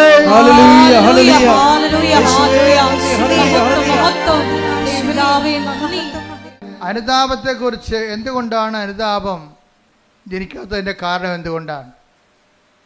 അതിൻ്റെ ഒരു കാരണം ദൈവത്തെക്കുറിച്ച് വ്യക്തതയില്ലാത്ത കൊണ്ടും വിശ്വസിക്കുന്ന കാര്യത്തെക്കുറിച്ച് കൃത്യതയില്ലാത്തത് കൊണ്ടാണ്. രണ്ടാമത്തേത് എന്തുകൊണ്ടാണ്? ദൈവത്തെ മാറ്റി നിർത്തിക്കൊണ്ടൊരു സ്നേഹം. ഇപ്പം നമ്മൾ സ്നേഹത്തിൻ്റെ ഒരു കുഴപ്പമുണ്ട്. സ്നേഹത്തിന് ഒരു കുഴപ്പമുണ്ട്. സ്നേഹം ഏറ്റവും നല്ലതാണ്, പക്ഷേ എല്ലാ കുഴപ്പം പിടിച്ച സംഭവമാണ്. സ്നേഹം ഇങ്ങോട്ട് വന്നു കഴിഞ്ഞാൽ ചിലർക്ക് സ്നേഹത്തിന് ഓവർ പ്രാധാന്യം വരും. അപ്പം വിവേചനം നഷ്ടപ്പെടും. പൗലോസ് അപ്പോസ്തലനെ പോലും വഴിതെറ്റിച്ചൊരു സംഭവമാണത്. തിമോത്തിയോട് പുള്ളിക്ക് ഭയങ്കര ഇഷ്ടമായിരുന്നു. തിമോത്തിക്ക് ഭയങ്കര വയറുവേദനയായിരുന്നു. അപ്പോൾ ഒരു പ്രാവശ്യം തിമോത്തിയോട് പറഞ്ഞേടാ, വയറുവേദന കൊണ്ട് സഹിക്കാൻ പറ്റണില്ല എന്നൊക്കെ പറഞ്ഞ് പുള്ളിക്കും വയറുവേദന ഉണ്ടായിരുന്ന ആളാണ് ഈ പൗലോസ് അപ്പോസ്തലന്. ആൾസറൊക്കെ ഉണ്ടായിരുന്ന ആളാണ്. അപ്പോൾ ഈ വേദന, തിമോത്തിയുടെ വേദന പുള്ളിക്ക് മനസ്സിലാകും. അപ്പം തിമോത്തിയോട് പറഞ്ഞ്, എടാ അത്ര വേദനയാണെങ്കിൽ ഇത്തിരി വീഞ്ഞ് ഉപയോഗിക്കണേ വലിയ കുഴപ്പമില്ലെന്ന് പറഞ്ഞു. അതാണ് ഇപ്പോൾ വെള്ളം അടിക്കണവന്മാരെല്ലാം പറയണത്. പൗലോസ് അപ്പോസ്തലൻ പറഞ്ഞിട്ടുണ്ട് വെള്ളം അടിക്കാമെന്ന്. അത് ഒരു ഇത്തിരി സ്നേഹം കൊണ്ട് ഒരു സാധനം പെശകി വീണത്, ഒരു കോംപ്രമൈസ്, ഒത്തുതീർപ്പ് കാണിച്ചതാണ്. എവിടെയെങ്കിലും ഒത്തുതീർപ്പ് വന്നു കഴിഞ്ഞാൽ പിശാച് അത് കൃത്യമായിട്ട് മുതലെടുക്കും. അതുകൊണ്ടാണ് മറ്റുള്ളവർക്ക് അംബികസ് ഉണ്ടാക്കരുതെന്ന് പറഞ്ഞതിൻ്റെ കാരണം. എവിടെയെങ്കിലും ഒത്തുതീർപ്പ് വന്നാൽ പിശാച് തന്ത്രപരമായിട്ട് നമ്മളത് ഉപയോഗിക്കുകയും ചെയ്യും, മുതലെടുക്കുകയും ചെയ്യും. അതുകൊണ്ട് തന്നെ ഈ വിത്തുതയിൽ നിങ്ങൾ സ്നേഹം കൂടുമ്പോൾ ആ സ്നേഹം കർത്താവ് പറയും എന്താണ്, എല്ലാത്തിലുപരിയായി ദൈവത്തെ. അതാണ് വിഷയം പറയണത്. അതുകൊണ്ട് കൽപ്പന വെച്ച് സെസ് ചെയ്യണതിൻ്റെ കാരണം അതാണ്. എന്നെക്കാൾ ഉപരി സ്വന്തം ഭാര്യയെ സ്നേഹിക്കുന്നവൻ ഐ ഡോണ്ട് വാണ്ട്. എന്തുകൊണ്ടാണ് ഈശോയ്ക്ക് ആ വിഷയത്തിൽ കൃത്യതയുണ്ട്. കർത്താവ് അങ്ങനെ പറയാമോ? ഈശോയെ നീ തന്നെയല്ലേ പറഞ്ഞത് ഒരു ശരീരമാണെന്ന്. ഒരു ശരീരമാണെന്ന് നീയല്ലേ തന്നെ പറഞ്ഞതേ. എന്നിട്ട് ഇപ്പം എന്താ പറയണത്? എന്നേക്കാൾ ഉപരി ഈ ഒരു ശരീരത്തിൻ്റെ പേരിൽ സ്നേഹിക്കാൻ പോയാൽ ദൈവത്തെ മാറ്റി നിർത്തിക്കൊണ്ട് വൈഫിനെയോ ഭർത്താവിനെ സ്നേഹിച്ചാൽ ഐ ഡോണ്ട് വാണ്ട് എന്ന് വെച്ച് കഴിഞ്ഞാൽ എന്താ കർത്താവ്? ദൈവത്തിന് ഒന്നാം സ്ഥാനം കൊടുക്കുന്നില്ലെങ്കിൽ നിൻ്റെ സ്നേഹങ്ങളെല്ലാം ശരിക്കും ചോദ്യചിഹ്നമായിട്ട് മാറും. നിസ്സാര കാര്യമല്ല ഇത്. Take the bed of God. ശ്രുതിക്കട്ടെ ഹല്ലേലൂയ. Hallelujah hallelujah hallelujah hallelujah. യേശുവേ നന്ദി. ഹല്ലേലൂയ ഹല്ലേലൂയ. മത്തായി 10:37 എന്നേക്കാൾ അധികം പിതാവിനെയോ മാതാവിനെയോ സ്നേഹിക്കുന്നവൻ എനിക്ക് യോഗ്യനല്ല. എന്നേക്കാൾ അധികം പുത്രനെയോ പുത്രിയെയോ സ്നേഹിക്കുന്നവനും എനിക്ക് യോഗ്യനല്ല. അപ്പൊ എന്താ പ്രശ്നം വെച്ച് കഴിഞ്ഞാല്, നമ്മളെ ചിലര് കുഞ്ഞുങ്ങളോട് സ്നേഹം കാരണം ഒന്നും മിണ്ടത്തില്ല. ചില കുഞ്ഞുങ്ങളോട് ചില അമിത, 2 കുഞ്ഞുങ്ങളുള്ള കാരണം അമ്മമാർക്ക് ഭയങ്കര, 2 കുഞ്ഞുങ്ങളായതാണ് ഏറ്റവും കൂടുതൽ കുഴപ്പമായിരിക്കണം. മുഴുവനും 2 കുഞ്ഞുങ്ങളായത് കാരണം കുഞ്ഞുങ്ങളെ വെറുപ്പിക്കാതിരിക്കണം. അവൻ പള്ളിയിൽ പോകണില്ല, ഞായറാഴ്ച കിടന്ന് ഉറക്കമാണെങ്കിലും കിടക്കട്ടെ, ഇന്നലെ കുറേ പഠിച്ച് കാണും, കൊണ്ടാ പോരെ. ഈ പിശാചിനെ നിലത്തിലടിക്കണം പിടിച്ച്. എന്താ കാര്യം? അവൾക്ക് ദൈവം നൽകിയ ഈ കുഞ്ഞ് പുറത്തോട്ട് വരുമ്പോഴേ മാത്രമേ നമുക്കറിയാൻ പറ്റത്തില്ല കണ്ണുണ്ട, കൈയുണ്ട്, എപ്പിലെപ്സിയാണ്, ഓട്ടിസം ആണെന്ന് അറിയാൻ പാടില്ല. ദൈവം നല്ല കുഞ്ഞിനെ തന്നപ്പോഴേ ആ ദൈവത്തിനെയാണ് കുഞ്ഞിനേക്കാൾ കൂടെ സ്നേഹിക്കേണ്ടത്. ഇതിന് ഓട്ടിസം ആണെങ്കിൽ നീ എന്ത് ചെയ്തേനെ? ഇവിടെ കണ്ടിട്ടില്ലേ, നിങ്ങൾ കണ്ടിട്ടില്ലേ? കരഞ്ഞ് വിളിച്ച്. എനിക്ക് അവരോട് കാണുമ്പോൾ സങ്കടം തോന്നും. എന്ന് വെച്ച് കഴിഞ്ഞാൽ എനിക്ക് അരമണിക്കൂർ സഹിക്കാൻ പറ്റില്ല കുഞ്ഞു കിടന്ന് ബഹളം ഉണ്ടാക്കുന്നത്. ഇവിടെയുള്ള എല്ലാ രോഗികളെയും അവർ ഡിസ്റ്റർബ് ചെയ്യും. അപ്പം ഞാൻ ഓർക്കും, ദൈവം ഈ തള്ള ഈ കുഞ്ഞിനെയും കൊണ്ട് ജന്മം മുഴുവനും കൊണ്ടു നടക്കണമല്ല. എൻ്റെ ദൈവവേദലേ, നിനക്കൊരു കുഞ്ഞിനെ ഉണ്ടെങ്കിൽ അതിന് ഓട്ടിസം ഇല്ലാതെ, ഹൈപ്പർ ആക്ടിവിറ്റി ഇല്ലാതെ ഒരു കുഞ്ഞിനെ നീ പ്രസവിച്ച് വളർത്തുന്നുണ്ടെങ്കിലേ ആ കുഞ്ഞിനേക്കാൾ കൂടി നീ ദൈവത്തെ സ്നേഹിച്ചില്ലെങ്കിൽ അത് പ്രമാണത്തിനെതിരായിട്ട് വരും. എന്താ കാര്യം? നീ നിൻ്റെ കുഞ്ഞിനേക്കാൾ ഉപരി, ദൈവത്തെക്കാൾ ഉപരി നിൻ്റെ കുഞ്ഞിനെ സ്നേഹിക്കുന്നു. അവന് വേദപാഠം നോക്കണില്ല, അവൻ്റെ പ്രാർത്ഥനാ ജീവിതം നോക്കണില്ല, അതുപോലെ തന്നെ അവൻ്റെ അവൻ്റെ കുർബാന കടം നോക്കണില്ല. അപ്പം നിങ്ങളവർക്ക് ഇതൊക്കെ ഇപ്പോഴും നമ്മൾ ചോദിക്കും, ഇപ്പോഴെന്ത് ജാതിയും മതവും? ജാതിയും മതം ഇപ്പം ഒന്നുമില്ല. ജാതിയും മതമായാലും എല്ലാം നിങ്ങൾക്ക് പണിയായിരിക്കും. ദൈവത്തിൽ നിരക്കാത്തൊരു ജാതി കൊണ്ടുവന്ന കാര്യമില്ല. പക്ഷെ അതല്ല പ്രശ്നം. നിൻ്റെ ആത്മാവിനെ ഈശോ എന്താ പറഞ്ഞത്? നിങ്ങൾ ലോകം മുഴുവൻ നേടും, അമേരിക്കയിലും പോകും, അതുപോലെ തന്നെ നിങ്ങൾ PhD എടുക്കും, നിങ്ങൾ പറയുന്ന കേംബ്രിഡ്ജിൽ നിങ്ങൾ പ്രൊഫസറുമാകും. ലോകം മുഴുവനും നേടിയാലും നിന്റെ ആത്മാവ് നഷ്ടപ്പെട്ടാൽ എന്ത് പ്രയോജനം? Take the bed of God. ശ്രദ്ധിക്കട്ടെ. ഹല്ലേലൂയ ഹല്ലേലൂയ ഹല്ലേലൂയ. യേശുവേ നന്ദി. ഹല്ലേലൂയ ഹല്ലേലൂയ. മത്തായി 16:26. മത്തായി 16:26. ഒരുവൻ ലോകം മുഴുവൻ നേടിയാലും സ്വന്തം ആത്മാവിനെ നഷ്ടപ്പെടുത്തിയാൽ അവന് എന്ത് പ്രയോജനം? ഒരുവൻ സ്വന്തം ആത്മാവിന് പകരമായി എന്തു കൊടുക്കും? ഇപ്പൊ എന്താ പ്രശ്നം വെച്ച് കഴിഞ്ഞാൽ, പിശാചിന്റെ ഒരു തന്ത്രം എന്ന് വെച്ച് കഴിഞ്ഞാല് ആത്മാവ് ഇല്ലെന്ന് അങ്ങോട്ട് പറഞ്ഞേക്കും. തീർന്നില്ല പരിപാടി. കർത്താവ് കടക്കൽ കൊണ്ട് കത്തി വെച്ചിരിക്കുകയാണ്. വൃക്ഷങ്ങളുടെ വേരിനെ കൊടാലേക്ക് പറഞ്ഞിരിക്കുന്നത് എന്താണ്? നിങ്ങൾ ലോകം മുഴുവൻ നേടിയാലും, എല്ലാവരും മനുഷ്യൻ്റെ പറക്കാൻ ഭാഷ എന്താണ്? അവൻ ആഗ്രഹിക്കുന്ന ലോകം, അവൻ ഉദ്ദേശിക്കുന്ന ലോകം, അവൻ സങ്കല്പിക്കുന്ന ലോകം നേടാൻ വേണ്ടിയല്ലേ? നിങ്ങൾ ഉടമ്പടി എടുത്തിരിക്കുന്നതിൻ്റെ ഉദ്ദേശം എന്താണ്? നിങ്ങൾ സങ്കല്പിക്കുന്ന ലോകം നേടാൻ വേണ്ടിയാണ്. പക്ഷെ കർത്താവ് ചോദിക്കുന്നത് എന്താണ്? ഈ സങ്കല്പിക്കുന്ന നിയോഗങ്ങളെല്ലാം നിറവേറിയാലും ആത്മാവ് നഷ്ടപ്പെട്ടാൽ എന്ത് പ്രയോജനം? അഥവാ ആത്മാവിന് പകരമായി നീ എന്ത് കൊടുക്കും? ശ്രുതികട ഹല്ലേലൂയ. ഹല്ലേലൂയ ഹല്ലേലൂയ ഹല്ലേലൂയ. ആരാധന. ഹല്ലേലൂയ ഹല്ലേലൂയ. Praise the Lord. അപ്പൊ ദൈവം ചിലപ്പോൾ നമ്മൾ ഒരു വീട്ടിലെ ഒരാളെങ്കിലും ഉണ്ടെങ്കിൽ, ഞാൻ പണ്ട് പറയുമായിരുന്നു, നീ ഒരാളെങ്കിലും നിൻ്റെ വീട്ടിലുണ്ടെങ്കിൽ, ദൈവമായിട്ട് ബന്ധമുള്ള ഉണ്ടെങ്കിൽ ദൈവം ആ വീടിനെ കളയത്തില്ല. അതുകൊണ്ടാണ് ഞാൻ ആരെങ്കിലും ഒരാളെങ്കിലും ഉണ്ടെങ്കിൽ ആ വീട് അക്സെപ്റ്റ് ചെയ്യുന്ന കാര്യം എന്താണ്. ഇപ്പോൾ നിങ്ങൾ 4 പേരുണ്ട്, അത് 3 പേരും പോക്കാണെന്ന് വിചാരിച്ചോ, ഒരാളവിടെ ഉണ്ട്. ആ ഒരാളെ പ്രതി ദൈവം ആ വീട് കളയത്തില്ല. ഇപ്പം എൻ്റെ വൈഫിൻ്റെ കാശവും കളഞ്ഞ്, വൈഫിൻ്റെ ജോലിയും പോയി, അവിടെ വീടെല്ലാം കൂപ്പുകുത്തുകയാണ് ഇപ്പോൾ ജെയ്സൻ്റെ. അപ്പോൾ ജെയ്സൻ്റെ വീട് കൂപ്പുകുത്തിയപ്പോൾ ജെയ്സൻ്റെ ശ്രദ്ധയിൽപ്പെട്ട് ഈ സംഭവം എല്ലാം കൈവിട്ട് പോകണമല്ല എന്ന് വിചാരിച്ച്. അപ്പോഴും ഒരാൾ കറങ്ങിത്തിരിഞ്ഞ് ഇയാളെ വീട്ടിൽ വരും. അമ്മ അങ്ങനെ ആളെ സെൻഡ് ചെയ്യും, ഒരാളെ സെൻഡ് ചെയ്യും. അപ്പോൾ ജെയ്സൻ്റെ വീട്ടിൽ വന്നപ്പോൾ ജെയ്സൺ പറഞ്ഞു, ഇപ്പോൾ ഭയങ്കര വലിച്ചിലാ, എൻ്റെ വൈഫിൻ്റെ ജോലിയെല്ലാം റിജക്റ്റായി, പിന്നെ എൻ്റെ ജോലിയും ശരിയാകണില്ല, ഞാൻ ട്രൈ ചെയ്തിട്ടും കിട്ടണില്ല, കടയൊക്കെ വിൽക്കാൻ പോവുകയാണ് എന്ന് പറഞ്ഞു. അപ്പോൾ ഉടനെ അയാൾ പറഞ്ഞേ, കൃപാസനി പോയായിരുന്നു, ഉടമ്പടി എടുത്തായിരുന്നു. ആരെടുത്ത്? വൈഫാണ് എടുത്തിരിക്കണത്. അപ്പോൾ ഉടനെ ഈ ആ കൂട്ടുകാരൻ പറയവേ, ഏയ് നീയല്ലേ എടുക്കേണ്ടതല്ലേ, വൈഫല്ലല്ല എടുക്കേണ്ടത്. തെറ്റിപ്പോയി, എടുത്തപ്പോൾ തെറ്റിപ്പോയി. ജെയ്സൺ ഈ സമയത്ത് സ്കൂട്ടായതാണ്. വൈഫിൻ്റെ ഇടയ്ക്ക് വെച്ചിട്ട് അവളെ ഉപവസിക്കട്ട, ഞാനിങ്ങനെ തോന്നിയ ദിവസം തെറിയും പറഞ്ഞ് നടക്കുന്ന ആളല്ലേ. അതുകൊണ്ട് വൈഫിനെ കൊണ്ട് എടുപ്പിച്ച്, പക്ഷേ ഉടമ്പടി ഇവിടെ അക്സെപ്റ്റ് ആയിട്ടില്ല. കാശുരൂപം കാണാതെ പോയി.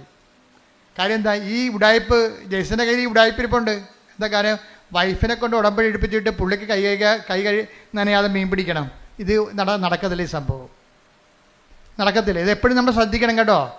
നിങ്ങൾ അപ്പനെയും അമ്മനെയും കൊണ്ട്, നിങ്ങളുടെ കാര്യത്തിന് അപ്പനെയും അമ്മനെയും കൊണ്ട് ഉടമ്പടി എടുപ്പിക്കുന്നതിനേക്കാൾ നല്ലത് നിങ്ങൾ തന്നെ എടുക്കുന്നതാണ് നല്ലത്. കാര്യം ദൈവം സത്യസന്ധമായിട്ട് നിൽക്കുന്ന കാരണം നിങ്ങളുടെ കള്ളക്കളികളെല്ലാം ദൈവത്തിന് അറിയാൻ പറ്റും. അതുകൊണ്ട് അത് ഇപ്പം നിങ്ങളുടെ വീട്ടിൽ കാശുരൂപൊക്കെ ഇരിപ്പുണ്ടാവും, പക്ഷെ ഉടമ്പടി കളഞ്ഞു പോയി കാണും. എന്താ കാര്യം? ദൈവത്തിനറിയാം ഇത് നിങ്ങളുടെ വിഷയമല്ല, യഥാർത്ഥ പ്രതി വേറെയാണ്. ഇപ്പം പോലീസുകാർ കൊലപാതകമൊക്കെ നടന്നു കഴിയുമ്പോൾ പാർട്ടിക്കാരൊക്കെ വേറെ പ്രതികളെ കൊടുക്കുമല്ല. ഇപ്പോൾ ഉണ്ടാകുന്നറിയത്തില്ല, പണ്ടൊക്കെ ഉണ്ടായിരുന്നു, സത്യമായിട്ട് ഉണ്ടായിരുന്നു. അപ്പം പെട്ടെന്ന് ആൾക്കാർ തണുത്ത് കുത്തിക്കൊന്നവനെ പിടിച്ചെന്ന് പറഞ്ഞപ്പോൾ തന്നെ തണുത്ത്. ആ പിടിച്ചവനാരാണ്? അവനിതോട്ടൊരു ബന്ധമില്ല, അവൻ സ്ഥിരമായിട്ട് പിടികൊടുക്കുന്ന ആളാണ്. പക്ഷെ പത്രത്തെ പേര് വരും, അത് വരുമ്പോൾ പ്രതിയെ പിടിച്ചു. പക്ഷേ ഇത് പോലീസിലും നാട്ടിലൊക്കെ നടക്കും, പക്ഷെ ദൈവത്തിനും നടക്കത്തില്ല. പ്രതി ആരാണ്? ജെയ്സനാണ്. പിടിച്ചിരിക്കണ ആരാണ്? ഭാര്യയാണ് പിടിച്ചിരിക്കണത്. അത് ഏക്കത്തില്ല, സംഭവം ചെയ്തില്ല, അത് റിജക്റ്റായി. കാശുരൂപം പോയി, മൊത്തം സാധനം ഉടമ്പടി വെച്ച സാധനം മൊത്തം തിരിച്ചു വരാൻ തുടങ്ങി. അപ്പോഴേ കൂട്ടുകാരൻ പക്ഷെ പറഞ്ഞപ്പോൾ ദൈവം ഇവരെ കൈവിടാഞ്ഞത് കൊണ്ട്, ദൈവം ഇതിൻ്റെ പിന്നിലുള്ളത് കൊണ്ട്, കൂട്ടുകാരൻ പറഞ്ഞപ്പോൾ തന്നെ ജെയ്സന് പെട്ടെന്ന് കത്തി. ശരിയാണല്ല, നിൻ്റെ കയ്യിലല്ലേ ഉടായിപ്പിരിക്കണത്.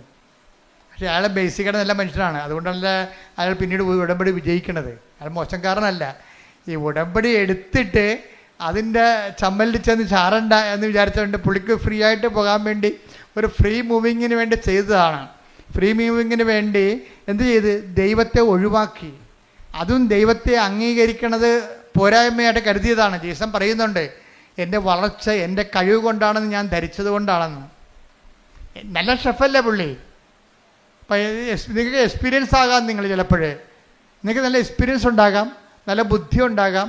നിങ്ങളുടെ മാർക്ക് വർഷം നിങ്ങളുടെ ഇത്രയും നല്ല നിങ്ങളുടെ മാർക്കെല്ലാം പരിശോധിക്കുമ്പോൾ നിങ്ങളുടെ ബുദ്ധിയുടെ ഒരു വലിയ കോൺഫിഡൻസ് ഉണ്ടാകാം.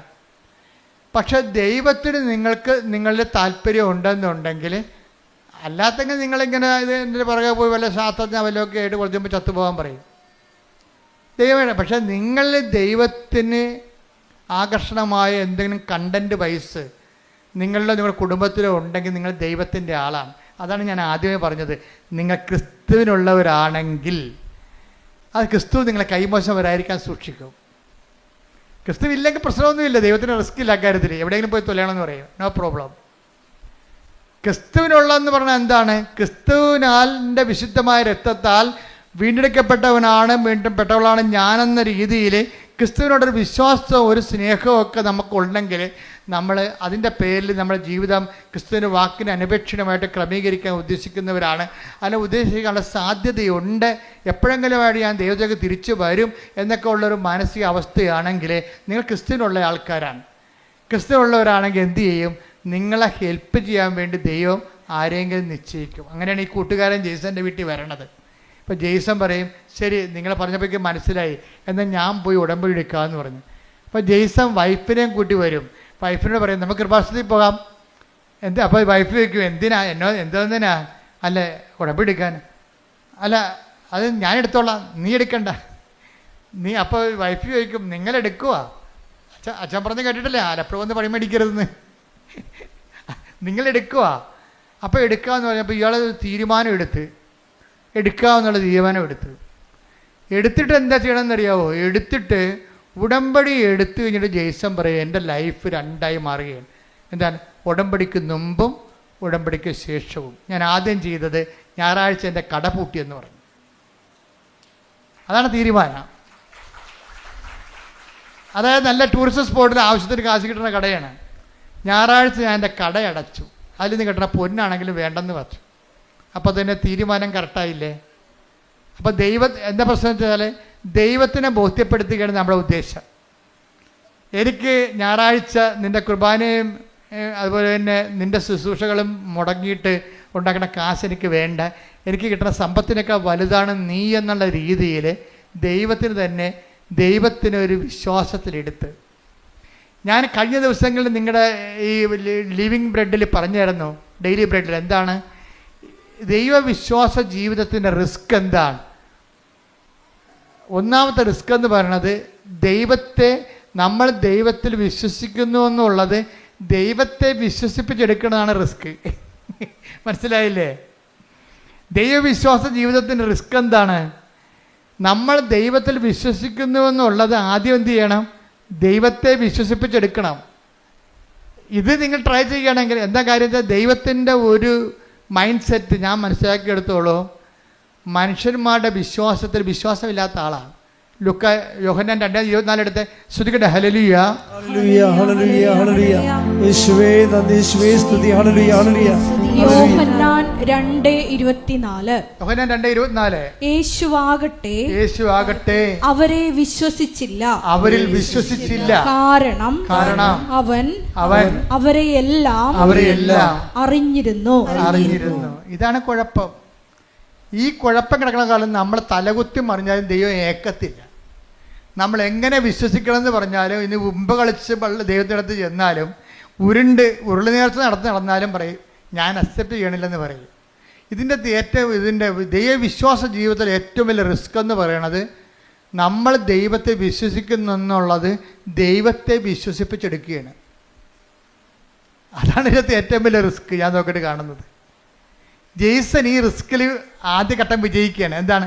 കട പൂട്ടി. ഞായറാഴ്ചയും കടവുള്ള ദിവസങ്ങളിലും കർത്താവിൻ്റെ ദിവസമായിട്ട് ആചരിക്കേണ്ടതല്ലേ, അതുകൊണ്ട് ആ ലാഭം വേണ്ടെന്ന് അവൻ തീരുമാനിച്ചു. അപ്പോൾ തന്നെ ആദ്യത്തെ ഇൻസ്റ്റാൾമെൻറ്റായി ദൈവത്തെ നമ്മുടെ വിശ്വാസത്തിൽ എടുക്കുന്നതിൽ ആദ്യത്തെ ഇൻസ്റ്റാൾമെൻറ്റായി. കാര്യം നമ്മൾ കോൺക്രീറ്റായിട്ട് ആ വിഷയത്തിൽ സ്റ്റെപ്പ് എടുത്തല്ല, ഡെഫിനിറ്റ് സ്റ്റെപ്പ് എന്ന് പറയും. Concrete and definite step. ദൈവത്തെ വിശ്വസിപ്പിക്കുന്നതിൽ കഴിഞ്ഞ ദിവസങ്ങളിൽ ഞാൻ പറഞ്ഞപ്പോൾ എനിക്ക് ഏറ്റവും ഇഷ്ടപ്പെട്ടത് ലിവിങ് ബ്രെഡ് നിങ്ങൾ കാണുന്നില്ലേ, എല്ലാ ദിവസവും ഉണ്ട്. അച്ഛൻ്റെ കൂടെ പ്രത്യക്ഷിക്കുന്ന പ്രാർത്ഥന ചെല്ലാനുള്ളൊരു അവസരമാണത്. ആ ഡെയിലി ബ്രെഡ് അതാ ദിവസത്തുള്ള വിഷയങ്ങൾ സമർപ്പിച്ച് പ്രാർത്ഥിക്കും. ഇപ്പം ജെയ്സൺ തന്നെ ഒരു ദിവസം രാവിലെ എഴുന്നേറ്റപ്പോൾ രാത്രി കിടന്നപ്പോൾ അദ്ദേഹം പറഞ്ഞു, നാളെ ഇൻ്റർവ്യൂ ആണ്, അച്ഛൻ്റെ ഡെയിലി ബ്രെഡ് അനുഗ്രഹ പ്രാർത്ഥന കണ്ടുകൊണ്ട് ഞാൻ വരും, എനിക്ക് വേറെ ആസ്തിയൊന്നുമില്ല. ഡൽഹിയിലാണ് ഇൻ്റർവ്യൂ, ഷെഫിൻ്റെ ഇൻ്റർവ്യൂ. അപ്പം അദ്ദേഹം മനസ്സിൽ തീരുമാനിക്കുകയാണ്, അച്ഛൻ്റെ ഡെയിലി ബ്രെഡ് കണ്ടുകൊണ്ട് ഞാൻ വരും, എനിക്ക് വേറെ ആസ്തിയൊന്നുമില്ല, ആ അനുഗ്രഹത്തിലാണ് ഞാൻ വന്നത്, നീ എന്നെ അനുഗ്രഹിക്കണം, എൻ്റെ ജീവിതം ഈ രീതിയിലാണ് ഇപ്പോൾ പോണതെന്ന് പറഞ്ഞു. അപ്പോൾ രാവിലെ ജെയ്സൺ ഓൺ ചെയ്തപ്പോൾ തന്നെ ഞാൻ പറയുന്നുണ്ട്, ഇന്നലെ രാത്രി ഇൻ്റർവ്യൂവിന് പോകാൻ വേണ്ടി ഇന്നത്തെ ഈ പ്രാർത്ഥനയുടെ ആശീർവാദം മേടിച്ചുകൊണ്ട് പോകാൻ വേണ്ടി ദൈവത്തോട് പറഞ്ഞ ഒരാളുണ്ട്, അയാളെ ഞാൻ ഈ സമയത്ത് അനുഗ്രഹിക്കണമെന്ന് പറയും. ഇതാണ് ദൈവമേഖല എന്ന് പറയണത്. കണ്ട, ദൈവത്തിലേക്ക് വരുമ്പോൾ കാര്യങ്ങളെല്ലാം മാറണം. കണ്ടില്ലേ, രാവിലെ എഴുന്നേറ്റപ്പോൾ തന്നെ ജെയ്സൺ മുട്ട എന്നുണ്ട് ലിവിങ് ബ്രെഡ് കൂടുമ്പോഴാണ് ഇൻ്റർവ്യൂവിന് പോകാൻ വേണ്ടി ആശീർവദിക്കണത്. ഇൻ്റർവ്യൂ പോകുന്ന എല്ലാവരും ആശീർവദിക്കുകയാണ്. അപ്പോൾ ജെയ്സൺ അതനുസരിച്ച് ഡൽഹി ഇൻ്റർവ്യൂവിന് പോവുകയാണ്. ഡൽഹിയിലാണ് ഈ സംഭവം നടക്കുന്നത്. ഇൻ്റർവ്യൂ പോകുമ്പോൾ ജെയ്സൺ പറയണത്, ഞാൻ 1.5 മണിക്കൂർ കസറിയെന്നാണ്. അവർ ഇൻ്റർനാഷണൽ ഇൻ്റർവ്യൂ ആണ്. ആദ്യത്തെ 12 പേര് ചികിത്സിക്കാന്ന് പറഞ്ഞ് ഇറങ്ങിപ്പോവുകയാണ്. അവരാരും എടുത്തില്ല, സംസാരിക്കാൻ പോലും 2-3 പ്രാവശ്യം സംസാരിച്ച് അവരെല്ലാം 5-6 പേര് ഇൻ്റർവ്യൂ ഇരിക്കും. ഇൻ്റർനാഷണൽ ഇൻ്റർവ്യൂ അല്ലേ. ആദ്യത്തെ സെക്ഷനിൽ നോക്കുമ്പോൾ ആൾക്കാർ ചുരുവിരാന്ന് ഇൻ്റർവ്യൂവിന് പോകണതും കാണാം, ഇറങ്ങി വരുന്നതും കാണാം, എല്ലാം റിജക്റ്റഡ് ആണ്. ഭയങ്കര ഷാർപ്പ് ഇൻ്റർവ്യൂ ആണ്. ഞാൻ ചെന്നതിന് ശേഷം എന്നോട് അവരൊന്നും പറഞ്ഞില്ല, എന്നോട് സംസാരിക്കാൻ അനുഭവിച്ചു. ഞാൻ 1/2 മണിക്കൂർ സംസാരിച്ചെന്ന്, ചോദിക്കുന്ന എല്ലാത്തിനും മറുപടി പറഞ്ഞു. എന്നിട്ട് എല്ലാത്തിനും മറുപടി പറയുകയും ചെയ്തും എല്ലാം കഴിഞ്ഞ് പറഞ്ഞു, യു ആർ സെലക്റ്റഡ് എന്ന്. ഹല്ലേലൂയ. അപ്പോൾ ദൈവമേഖല ഒരു മനുഷ്യൻ്റെ ജീവിതം തീർന്നിട്ട് തിരിച്ചു വന്ന കണ്ടില്ലേ, തീർന്നിട്ട് തിരിച്ചു വരികയാണ്. അപ്പം തീർന്നെന്ന് വിചാരിക്കുമ്പോൾ തീർന്നെന്നല്ല, ശരിക്കും പറഞ്ഞാൽ ദൈവത്തിലേക്കുള്ള തിരിച്ചുവരവാണ്. കൈയടിക്കട്ടെ, സ്തുതിക്കട്ടെ. ഹല്ലേലൂയ, ഹല്ലേലൂയ, ഹല്ലേലൂയ. ആരാധന പ്രാപിച്ച് സാക്ഷികളായി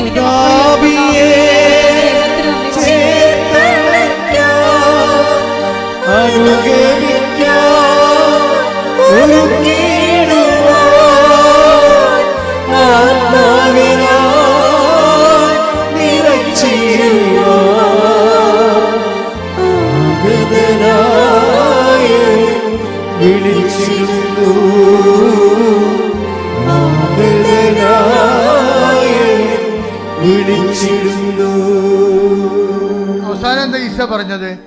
തീർന്നെന്ന് വിചാരിക്കുമ്പോൾ, തീർന്നെന്ന് കരുതുമ്പോൾ അത് തീർന്നതല്ല, ദൈവത്തിലേക്കുള്ള തിരിച്ചുവരവാണ്. ശ്രുതിക്കട്ടെ, ഹല്ലേലൂയ.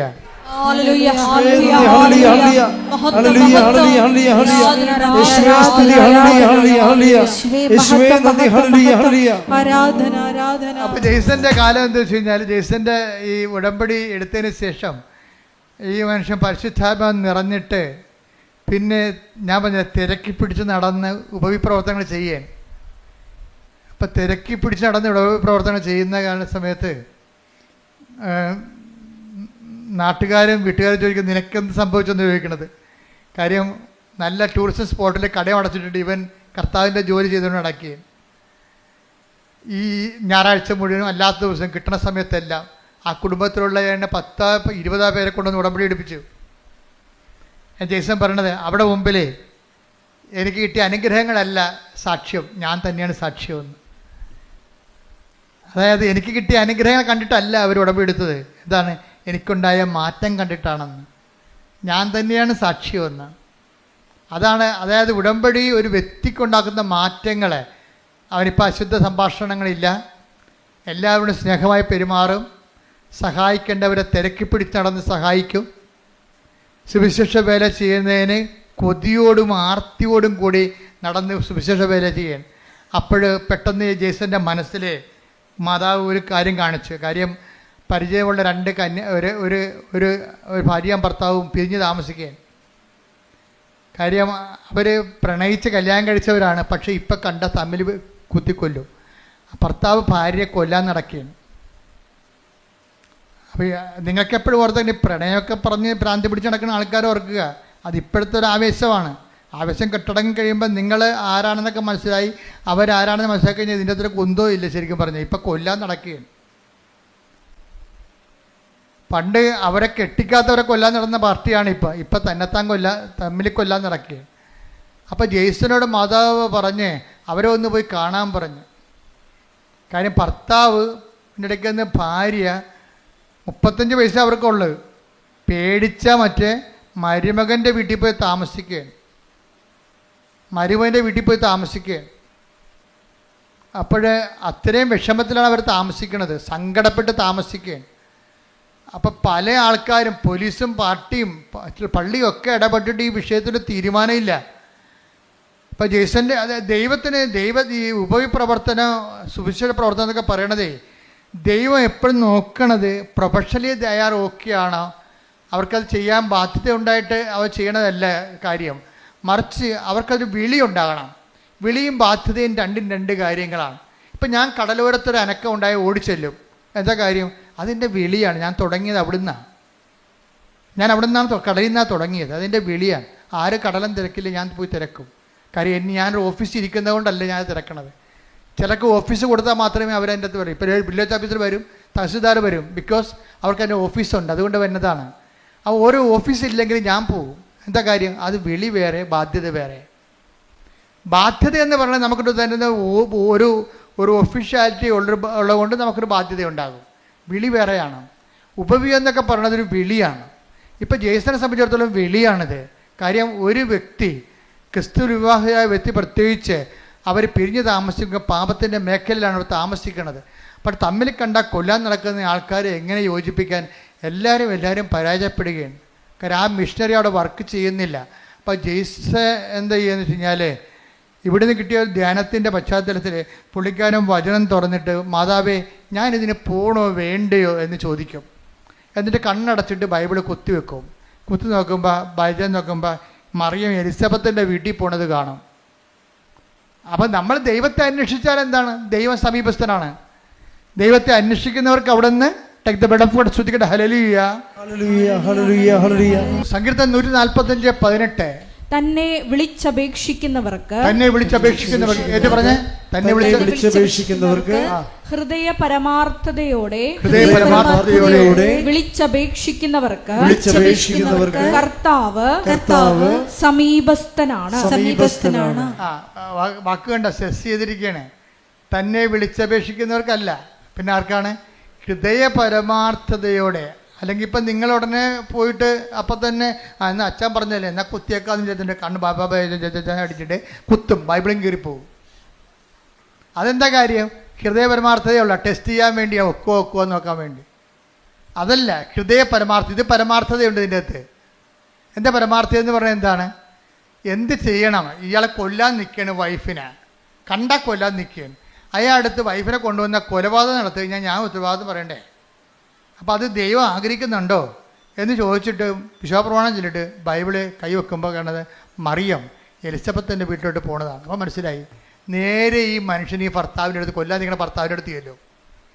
ചെന്നിട്ട് നേരെ സംസാരിക്കും. കർത്താവിനാൽ അയക്കപ്പെട്ടവനായിട്ട് സംസാരിക്കും.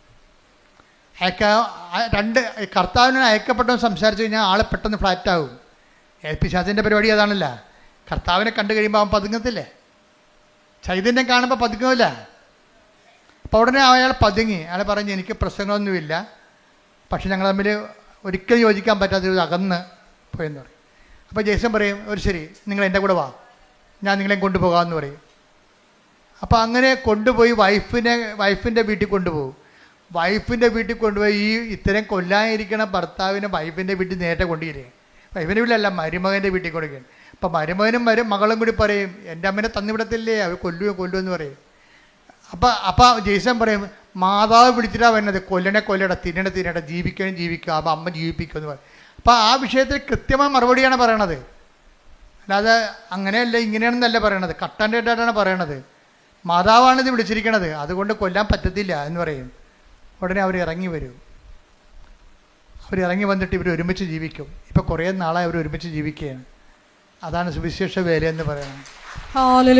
ഇതാണ് ഒരു ഉടമ്പടിയിലൂടെ ഉണ്ടാകുന്ന സുവിശേഷ വേല. ഇതാണ് ഇപ്പം മനസ്സിലായി. അതായത് ഈ ആഴ്ചയിൽ നടന്ന ഏറ്റവും നല്ല സാക്ഷ്യങ്ങളൊന്നാണ് സാക്ഷ്യത്തിൻ്റെ കാലാവസ്ഥകളുടെ പൊക്ക് കണ്ടില്ലേ, അത് തന്നെ ഒരു ധ്യാനമാണ്.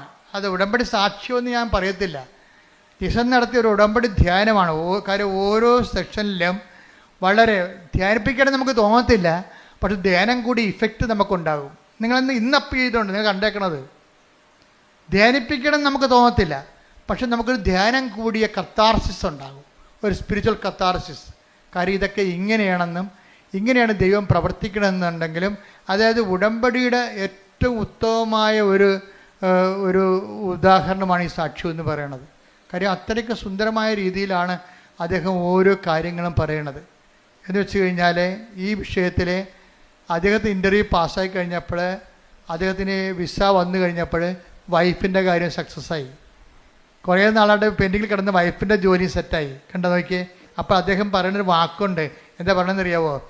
വൈഫിൻ്റെ കാര്യം ആദ്യം സെറ്റാകാതിരുന്നതിൻ്റെ കാരണം ആ ഉടമ്പടി കാശുവൻ കളഞ്ഞു പോയതെല്ലാം എന്താണ്, എന്നെക്കൂടി വിശുദ്ധീകരിക്കാൻ ദൈവം ആഗ്രഹിച്ച കൊണ്ടാണ് ആദ്യത്തെ കാര്യങ്ങൾ നടക്കാതെ പോയെന്ന്. എന്തൊരു ജ്ഞാനമാണ്. ശ്രദ്ധിക്കട്ടെ.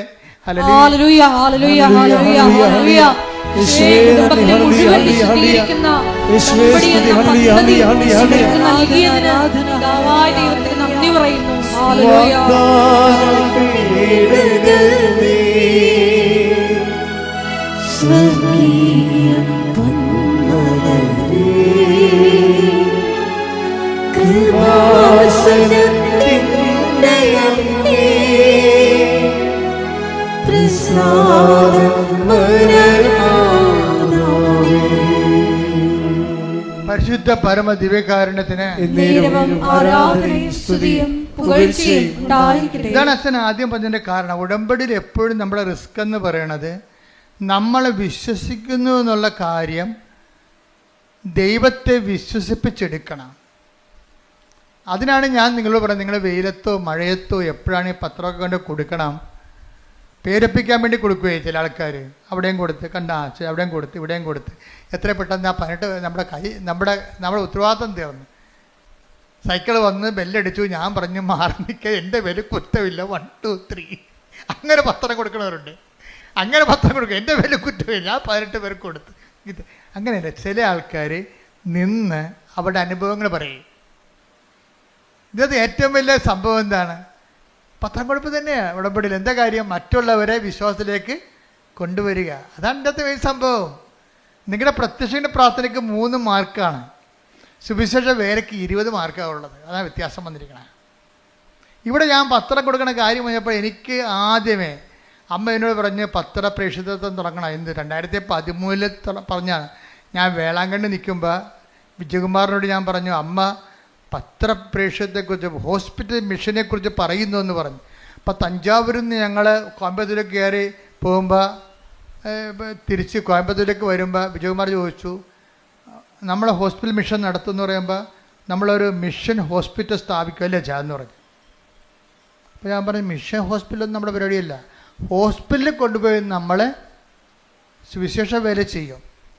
അതിന് താല്പര്യമുള്ള ആൾക്കാർക്ക് പത്രം കൊടുത്തു വിടും ഫ്രീ ആയിട്ട്. അപ്പോൾ ഉടനെ വിജയകുമാർ സാറ് 10,000 രൂപയുടെ 10,000 പത്രം അടിക്കാനുള്ള പൈസ വന്നു. ഞങ്ങൾ രണ്ടും കൂടി ഇവിടെ വന്ന് തങ്കച്ചേനൊക്കെ വിളിച്ചു കൂട്ടി, എല്ലാവരും സണ്ണി എല്ലാവരും വിളിച്ചു കൂട്ടിയിട്ട് ജോമളെല്ലാം കൂടി ഇട്ട് തുടങ്ങി പരിപാടി. പത്രം കൊടുക്കാനുള്ളവർ, പ്രാർത്ഥിച്ചു കൊടുക്കാനുള്ളവർ വരാൻ പറഞ്ഞു. വരാമെന്നത് പകുതി മാത്രമേ കത്തോലിക്സ് വരുന്നുള്ളൂ. ബാക്കി എല്ലാവരും പകുതിയോളം വന്നവരെല്ലാം നോൺ ക്രിസ്ത്യൻസ് ആയിരുന്നു. അവർ എല്ലാ സ്ഥലങ്ങളിലും പോയി കണ്ണ് കാണാൻ മേലാത്ത അപ്പാപ്പന്മാരുടെ മുമ്പിൽ ഇരുന്നുകൊണ്ട് പത്രം വായിച്ചു കൊടുത്തവർ. കാര്യം എന്താണ്? വിശേഷ വിദ്യയായി നിങ്ങൾ എന്താണ് ചെയ്യണത്? എപ്പോഴും നമ്മൾ ശ്രദ്ധിക്കണം. കർത്താവിൻ്റെ മനസ്സറിഞ്ഞ് വേണം നമ്മൾ ഈ സംഭവം ചെയ്യാൻ. കർത്താവ് ചോദിക്കണത് എന്താണ്? നിങ്ങളെ ചോദിക്കുന്നിടത്തോളം തന്നെ കൊടുത്തിടത്തോളം തന്നെ തിരിച്ചു കിട്ടുമെങ്കിൽ പാപികൾക്ക് കടം കൊടുക്കത്തില്ലേ? നിങ്ങൾ വിശേഷ വിദ്യ എന്താണ് ചെയ്യണം? എല്ലാ കാര്യങ്ങൾക്കും എക്സ്ട്രാ എന്താണ് ചെയ്യണമെന്ന് ചോദിക്കും. അതുപോലെ തന്നെ ഉടമ്പടിയിലുമുള്ള ദൈവത്തിൻ്റെ മനസ്സറിഞ്ഞ് വേണം ഉടമ്പടി ചെയ്യാൻ. എക്സ്ട്രാ എന്താണ് ചെയ്യണത്? ഇവിടുന്ന് പറയണ കാര്യങ്ങളല്ല, നിങ്ങൾ ദൈവത്തെ കണ്ടെത്തി കഴിയുമ്പോൾ, ദൈവത്തിൻ്റെ കൃപയിൽ അഭിഷേകം കിട്ടിക്കഴിയുമ്പോൾ, നിങ്ങൾ ദൈവത്തിന് വേണ്ടി ചെയ്യുന്ന തനത് പ്രേക്ഷിത പ്രവർത്തനങ്ങളുണ്ട്. അതാണ് നിങ്ങൾ രക്ഷപ്പെടുത്തത്തുള്ളത്.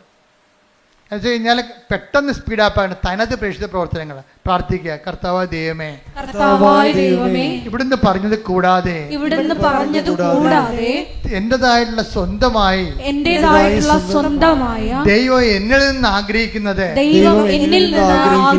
കണ്ട് മനസ്സിലാക്കി നടപ്പിൽ വരുത്തുവാൻ എനിക്ക് പ്രത്യേക അഭിഷേകം നൽകണമേ. ശ്രുതികടേ,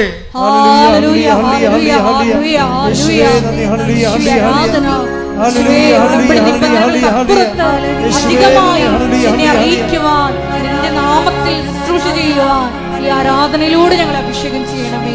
ഹല്ലേലൂയ. ഉടമ്പടി ഒരു ദൈവരാജ്യത്തിലെ വിരുന്ന് പോലെയാണ്. എന്താ കാര്യം? കർത്താവിൻ്റെ കഥ നിങ്ങൾ വഴിക്കവലകളിലും നാൽക്കവലകളിലും ചെന്നിട്ട് കൊള്ളാവുന്നവരെയും കൊള്ളരുതാത്തവരെയും ഒക്കെ വിരുന്നിന് വിളിക്കാൻ പറഞ്ഞിരിക്കുകയാണ്. ദൈവത്തിൻ്റെ തിരുസന്നിധിയിൽ കൊള്ളരുതാത്ത, ഇപ്പോൾ ജയ്സന്റെ ആദ്യത്തെ കാല ജീവിതങ്ങൾ മോശം ജീവിതമല്ല. മോശം ജീവിതം എന്ന് വെച്ച് കഴിഞ്ഞാൽ 5 പള്ളിയുണ്ട് അങ്ങക്ക് ചുറ്റും. ഒറ്റപ്പള്ളിയിലും പോയി കുർബാന കാണത്തില്ല, മുഴുവൻ കാണത്തില്ല. അതല്ലേ മോശം ജീവിതം എന്ന് പറയണത്.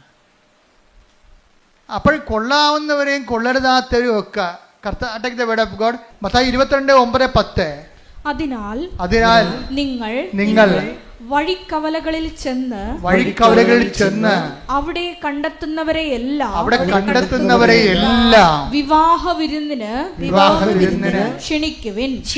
ആ ഭൃത്യന്മാർ നിരത്തുകളിൽ ചെന്ന് ദുഷ്ടരും ശിഷ്ടരും ഉൾപ്പെടെ കണ്ടെത്തിയവരെ എല്ലാം വിളിച്ചുകൂട്ടി. അങ്ങനെ വിരുന്നുശാല അതിഥികളെ കൊണ്ട് നിറഞ്ഞു. വിരുന്നുശാല നിറഞ്ഞിരിക്കണം, കണ്ടില്ലേ? അതിഥികളെ കൊണ്ട് കൊള്ളരുതാത്തവരും എല്ലാം ഉണ്ട് വിരുന്നുശാല. പക്ഷെ ഒരു പ്രശ്നമുണ്ട്. ഇനി വിളിച്ചു ചേർത്ത് യജമാനം വരും. അപ്പോഴാണ് പ്രോബ്ലം. വായിച്ച്. അതിഥികളെ കാണാൻ രാജാവ് എഴുന്നള്ളിയപ്പോൾ വിവാഹ വസ്ത്രം ധരിക്കാത്ത കിടക്കുന്ന ചട്ടിങ്കലോ. എന്താ കാര്യം? വിവാഹ വസ്ത്രം ധരിക്കാത്ത ഒരാളെ അവിടെ കണ്ടു. രാജാവ് അവനോട് ചോദിച്ചു, സ്നേഹിത, പല്ല് തേക്കാത്തവനെ, വിവാഹ വസ്ത്രം ധരിക്കാതെ നീ ഇവിടെ പ്രവേശിച്ചത് എങ്ങനെ? അവൻ മൗനം അവലംബിച്ചു, മിണ്ടിയില്ല. അപ്പൊ അതിന്റെ കാര്യം 5-8-10 കേസുണ്ട്. 5-8-10 കേസുണ്ട്. പക്ഷെ ഒരു പ്രശ്നമുണ്ട്. ഇതിൽ നിന്ന് തൽക്കാലം കേസിലും ജാമ്യത്തിനായിട്ട് ഉടമ്പടി ചെയ്തിരിക്കണത്. പക്ഷെ മനസ്സിരിപ്പ് എന്താണ്? ജാമ്യം കിട്ടിയാലും അവരുടെ ആയിട്ട് പണി കൊടുക്കുമെന്ന്. അതല്ലേ? അതാണ് പ്രശ്നം. കൊള്ളരാവുന്നവരെയും കൊള്ളരുതാത്തവരെയും വിളിച്ചിരിക്കുകയാണ്. നിങ്ങളാരും തെറ്റിദ്ധരിക്കൊന്നും വേണ്ട. നിങ്ങൾ നിങ്ങളുടെ തെറ്റിൽ നിലനിൽക്കാൻ തീരുമാനിച്ചെങ്കിലേ അടുത്ത ഭാഗം വായിച്ചേ. അപ്പോൾ രാജാവ് പരിചാരകന്മാരോട് പറഞ്ഞു. ആരോടാ? എന്താ? സ്നേഹിത, വിവാഹ വസ്ത്രം എവിടെയെന്ന്. എന്താ കാര്യം? കൃപയാണ് വിവാഹ വസ്ത്രം. ആദ്യം കൃപ നഷ്ടപ്പെട്ട കക്ഷികളാണ് ഇല കൊണ്ട് തുണി ഉണ്ടാക്കി, അത്തി ഇല കൊണ്ട് തുണി ഉണ്ടാക്കി ജീവിച്ചിട്ട് അവസാനം ദൈവം ഗെറ്റ് ഔട്ട് അടിച്ചത്. അടുത്ത ഗെറ്റ് ഔട്ട് അടി തന്നെ കണ്ടില്ലേ? ആദ്യം ആദ്യത്തിനും ഗെറ്റ് ഔട്ട് അടിച്ചില്ലേ? എന്താ കാര്യം? ദൈവത്തിൻ്റെ കൽപ്പനകൾ പാലിച്ചില്ല. അതുകൊണ്ട് പിന്നെ പുറത്തിറക്കിയപ്പോഴാണ് അവന്മാർക്ക് തുണിയില്ലെന്ന് മനസ്സിലായത്. അങ്ങനെ അത്തി ഇല കൊണ്ട് തുണി ഉണ്ടാക്കിയതാണ്. അങ്ങനെ ആളെ പാക്ക് ചെയ്ത് ഇപ്പം വീണ്ടും യജമാനം കയറി വരുമ്പോൾ എന്താ പറയുക? വിവാഹ വസ്ത്രമില്ലാത്ത, കൃപയില്ലാത്ത ആൾക്കാരെ കണ്ടെത്തിയെന്ന്. അപ്പോൾ സ്നേഹിത, എന്താ വായിച്ചോളൂ. അപ്പോൾ രാജാവ് പരിചാരകന്മാരോട് പറഞ്ഞു, അവനെ കൈകാലുകൾ കെട്ടി പുറത്തെ അന്ധകാരത്തിലേക്ക് വലിച്ചെറിയുക. അവിടെ വിലാപവും പല്ലുകടിയുമായിരിക്കും. എന്തെന്നാൽ വിളിക്കപ്പെട്ടവർ വളരെ, തെരഞ്ഞെടുക്കപ്പെട്ടവരോ ചുരുക്കം. ഇത് ഞാൻ പറഞ്ഞതാണോ? അല്ല, കർത്താവിന്റെ നിലപാടാണ്.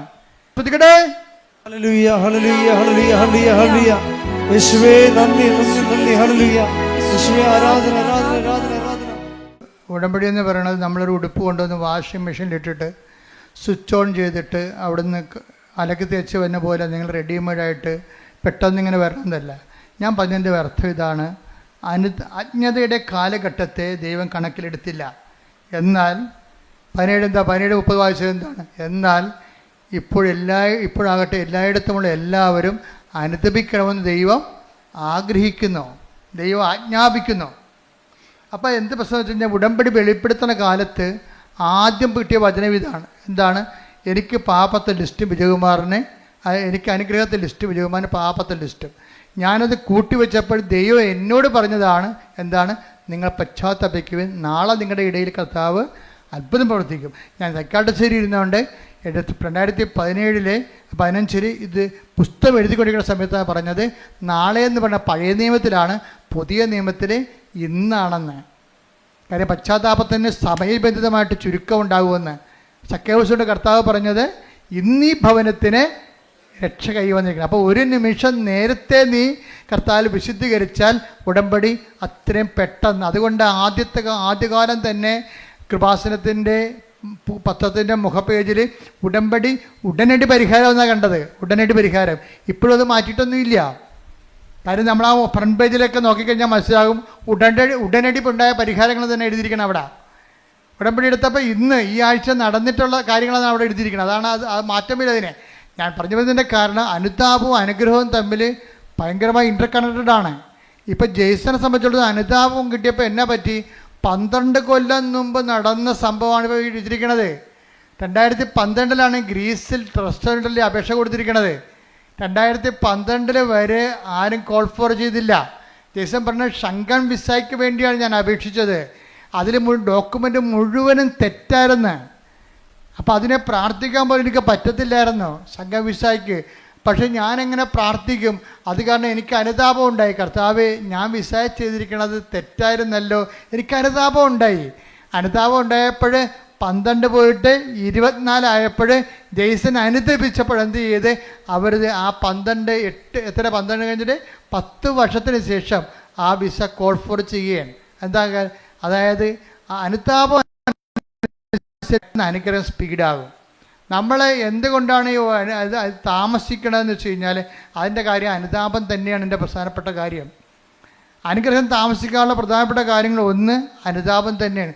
നിലപാട്, സംസാരം, ചെയ്തികൾ, ശീലങ്ങൾ, അതുപോലെ എല്ലാം നിലപാടുകളെല്ലാം. പിന്നെ ദൈവത്തിന് പ്രയോജനമുള്ള വ്യക്തികളായിട്ട് മാറണം.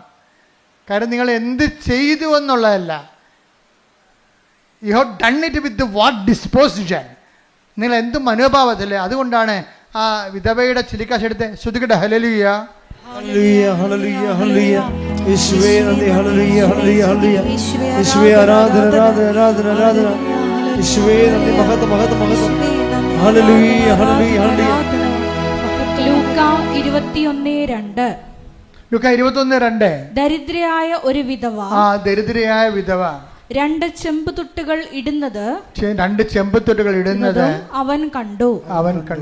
അവൻ പറഞ്ഞു, ദരിദ്രയായ ഈ വിധവ മറ്റെല്ലാവരെയും കൂടുതൽ നിക്ഷേപിച്ചിരിക്കുന്നു എന്ന് സത്യമായി ഞാൻ നിങ്ങളോട് പറയുന്നു.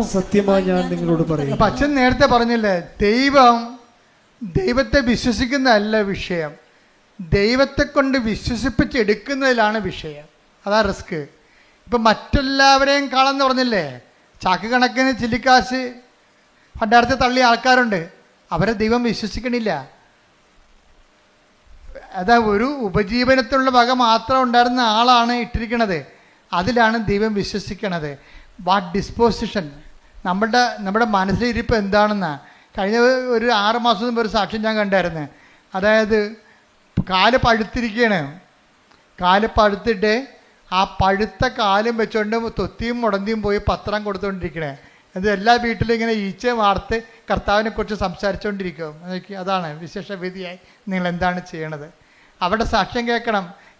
എൻ്റെ ദൈവപൈതലേ, കർത്താവ് നിന്റെ ഡിസ്പോസിഷൻ കറക്റ്റാണെങ്കിലേ, നീ ആത്മാർത്ഥമാണ് ദൈവത്തെ സ്നേഹിക്കണം, ദൈവത്തിന് ഒരു നിമിഷം വിശ്വസിക്കാൻ കഴിഞ്ഞാൽ അപ്പക്കത്ത് ഉടമ്പടി. എന്താ കാര്യം വെച്ച് കഴിഞ്ഞാൽ നീ സത്യസന്ധയാണ്, ദൈവത്തെ മനസ്സിലാകും. ഉടമ്പടി വിശ്വാസത്തെക്കാൾ ഉപരി വിശ്വസ്തയുടെ പദ്ധതിയാണ്. കൈയടിക്കട്ടെ, ശ്രുതിക്കട്ടെ. ഹല്ലേലൂയ ഹല്ലേലൂയ ഹല്ലേലൂയ. യേശുവേ നന്ദി, യേശുവേ സ്തുതി. ഹല്ലേലൂയ hallelujah hallelujah hallelujah hallelujah hallelujah. യേശുവേ നന്ദി, ഹല്ലേലൂയ. ഉടമ്പടി പ്രാർത്ഥനയിൽ ഉടനടി പരിഹാരമേകും. ഉടമ്പടി പ്രാർത്ഥനയിൽ ഉടനടി പരിഹാരമേകും.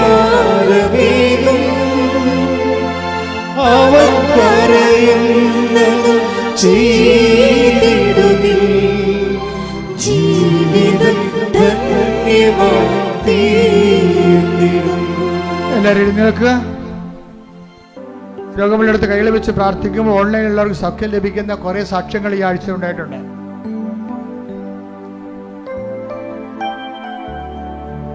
അച്ഛൻ പ്രാർത്ഥിച്ചുകൊണ്ടേയിരിക്കും. നമ്മൾ കർത്താവിൻ്റെ വചനം കേട്ട് വിശുദ്ധീകരിച്ചും ശക്തീകരിച്ചും ഇരിക്കുന്ന ദൈവാഭിഷേകത്തിൻ്റെ സമയമാണ്. അതുകൊണ്ട് നിങ്ങൾ രോഗമുള്ളിടത്തേക്ക് കൈകൾ മാറ്റിക്കൊണ്ടേയിരിക്കണം, മാറ്റി പ്രാർത്ഥിച്ചുകൊണ്ടേയിരിക്കണം.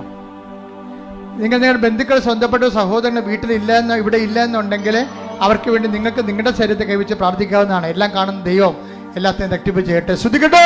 Hallelujah hallelujah hallelujah hallelujah. മഹത്വം മഹത്വം.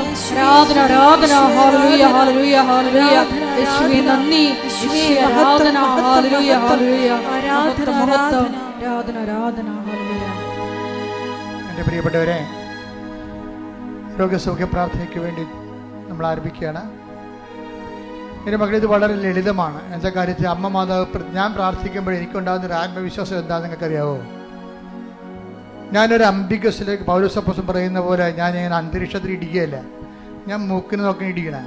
എന്താ കാര്യം?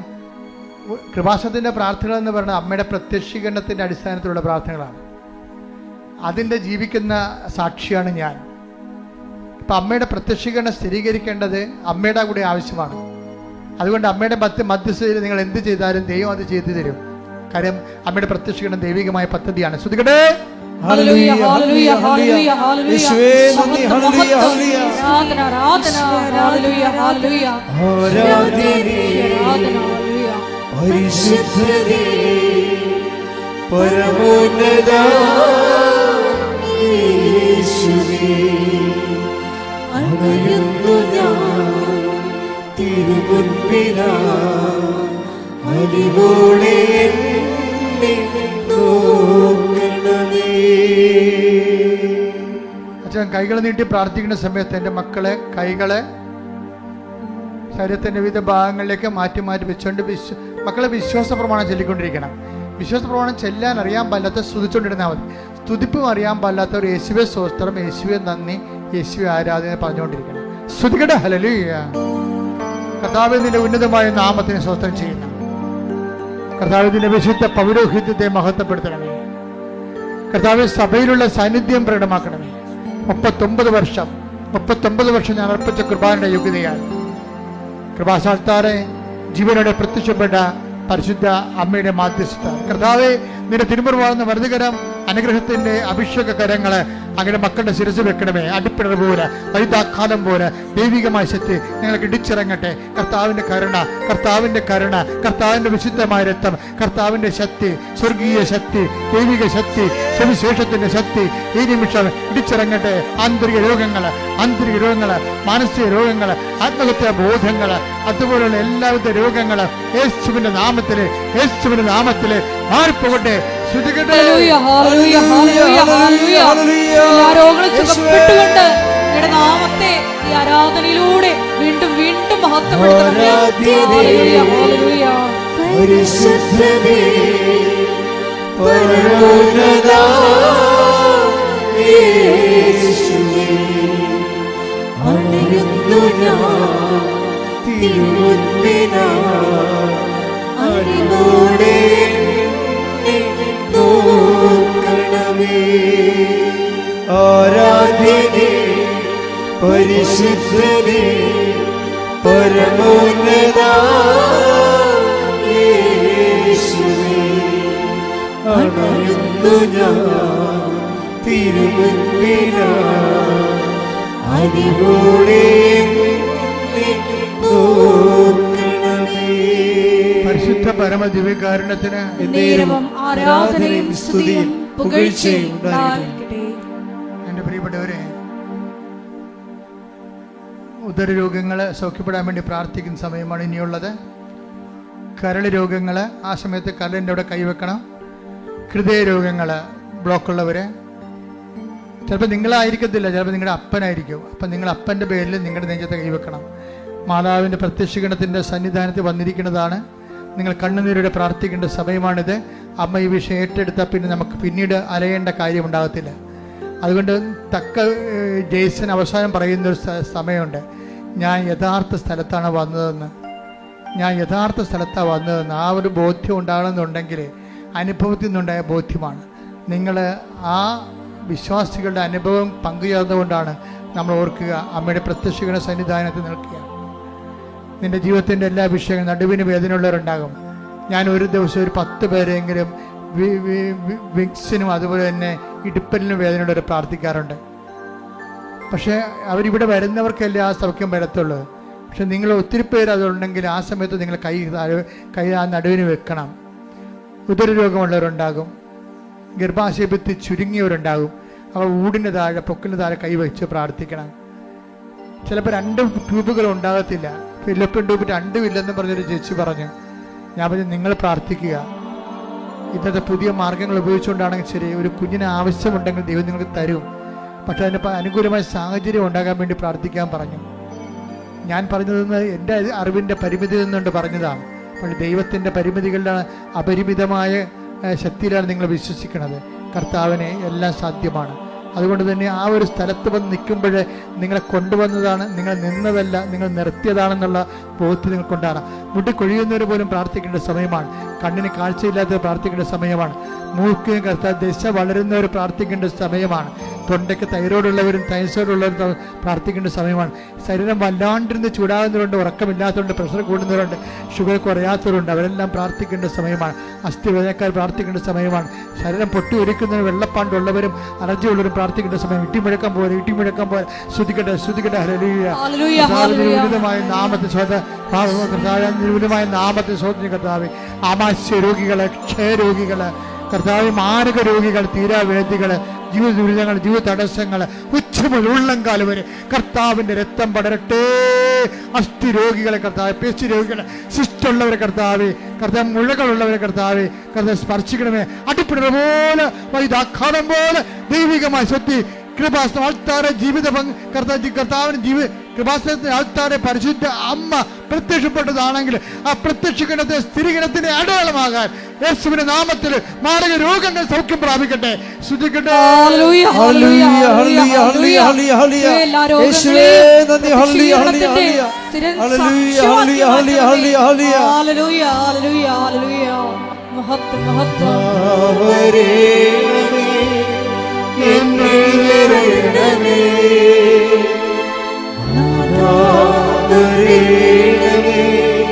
സൗഖ്യം നൽകണമേ,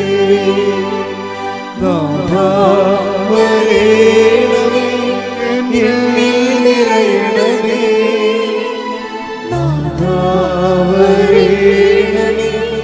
സൗഖ്യം നൽകണമേ. പരിശുദ്ധ പരമദിവ്യകാരുണ്യത്തിന് നേരവും ആരാധനയും സ്തുതിയും പുകഴ്ചയും ഉണ്ടായിരിക്കട്ടെ. എൻ്റെ മക്കളെ, ജോലിയില്ലാത്തവര്, ജോലിക്ക് വേണ്ടി ശ്രമിക്കുന്നവര്, പരീക്ഷ പൊട്ടിപ്പോയവര്, പുതിയ പരീക്ഷ എഴുതാൻ പോകുന്നവര്, വിസ പ്രോസസ്സിൽ ഇരിക്കുന്നവര്, ജപ്തി നടപടി നേരിടുന്നവര്, അതുപോലെ തന്നെ സ്ഥലങ്ങളില്ലാത്തവര്, വീട് ഇല്ലാത്തവര്, വീട് വെച്ചുകൊണ്ടിരിക്കുന്നവര്, വിസ നഷ്ടപ്പെട്ടവർ, വിസ പുതുക്കി കിട്ടാത്തവര്, വിദേശ രാജ്യങ്ങളിലേക്ക് വിസ പുതുക്കി കിട്ടാതിരിക്കുന്നവര്, അതിൻ്റെ പേരിൽ കടങ്ങൾ വന്നിരിക്കുന്നവര്, വിവാഹത്തിൽ ഒത്തുചേരാത്തവര്, വിവാഹത്തിന് ഒരുങ്ങുന്നവര്, മക്കളില്ലാത്തവര്, വിവാഹം പിരിഞ്ഞിട്ട് കൂടാൻ ആഗ്രഹിക്കുന്നവര്, എല്ലാവരുടെ മേൽ കർത്താവിന്റെ വലിയ ശക്തി ഒഴുകട്ടെ. ശ്രുതികട്ടെ.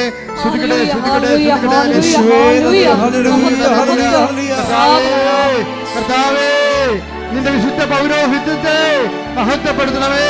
കർത്താവേ, സഭയിലുള്ള സാന്നിധ്യം പ്രകടമാക്കണമേ. 39 വർഷം അർപ്പിച്ച കുർബാന യോഗ്യതയാൽ കൃപാസനത്തോടെ ജീവനോടെ പ്രത്യക്ഷപ്പെട്ട പരിശുദ്ധ അമ്മയുടെ മാധ്യസ്ഥത്താൽ താരെ നടന്ന 10,000-കണക്കിന് ആരാധന സത്യാൽ ജീവിത ദുരിതങ്ങള്, ജീവിത തടസ്സങ്ങള് യേശുവിന്റെ നാമത്തിൽ മാറിപ്പോകട്ടെ.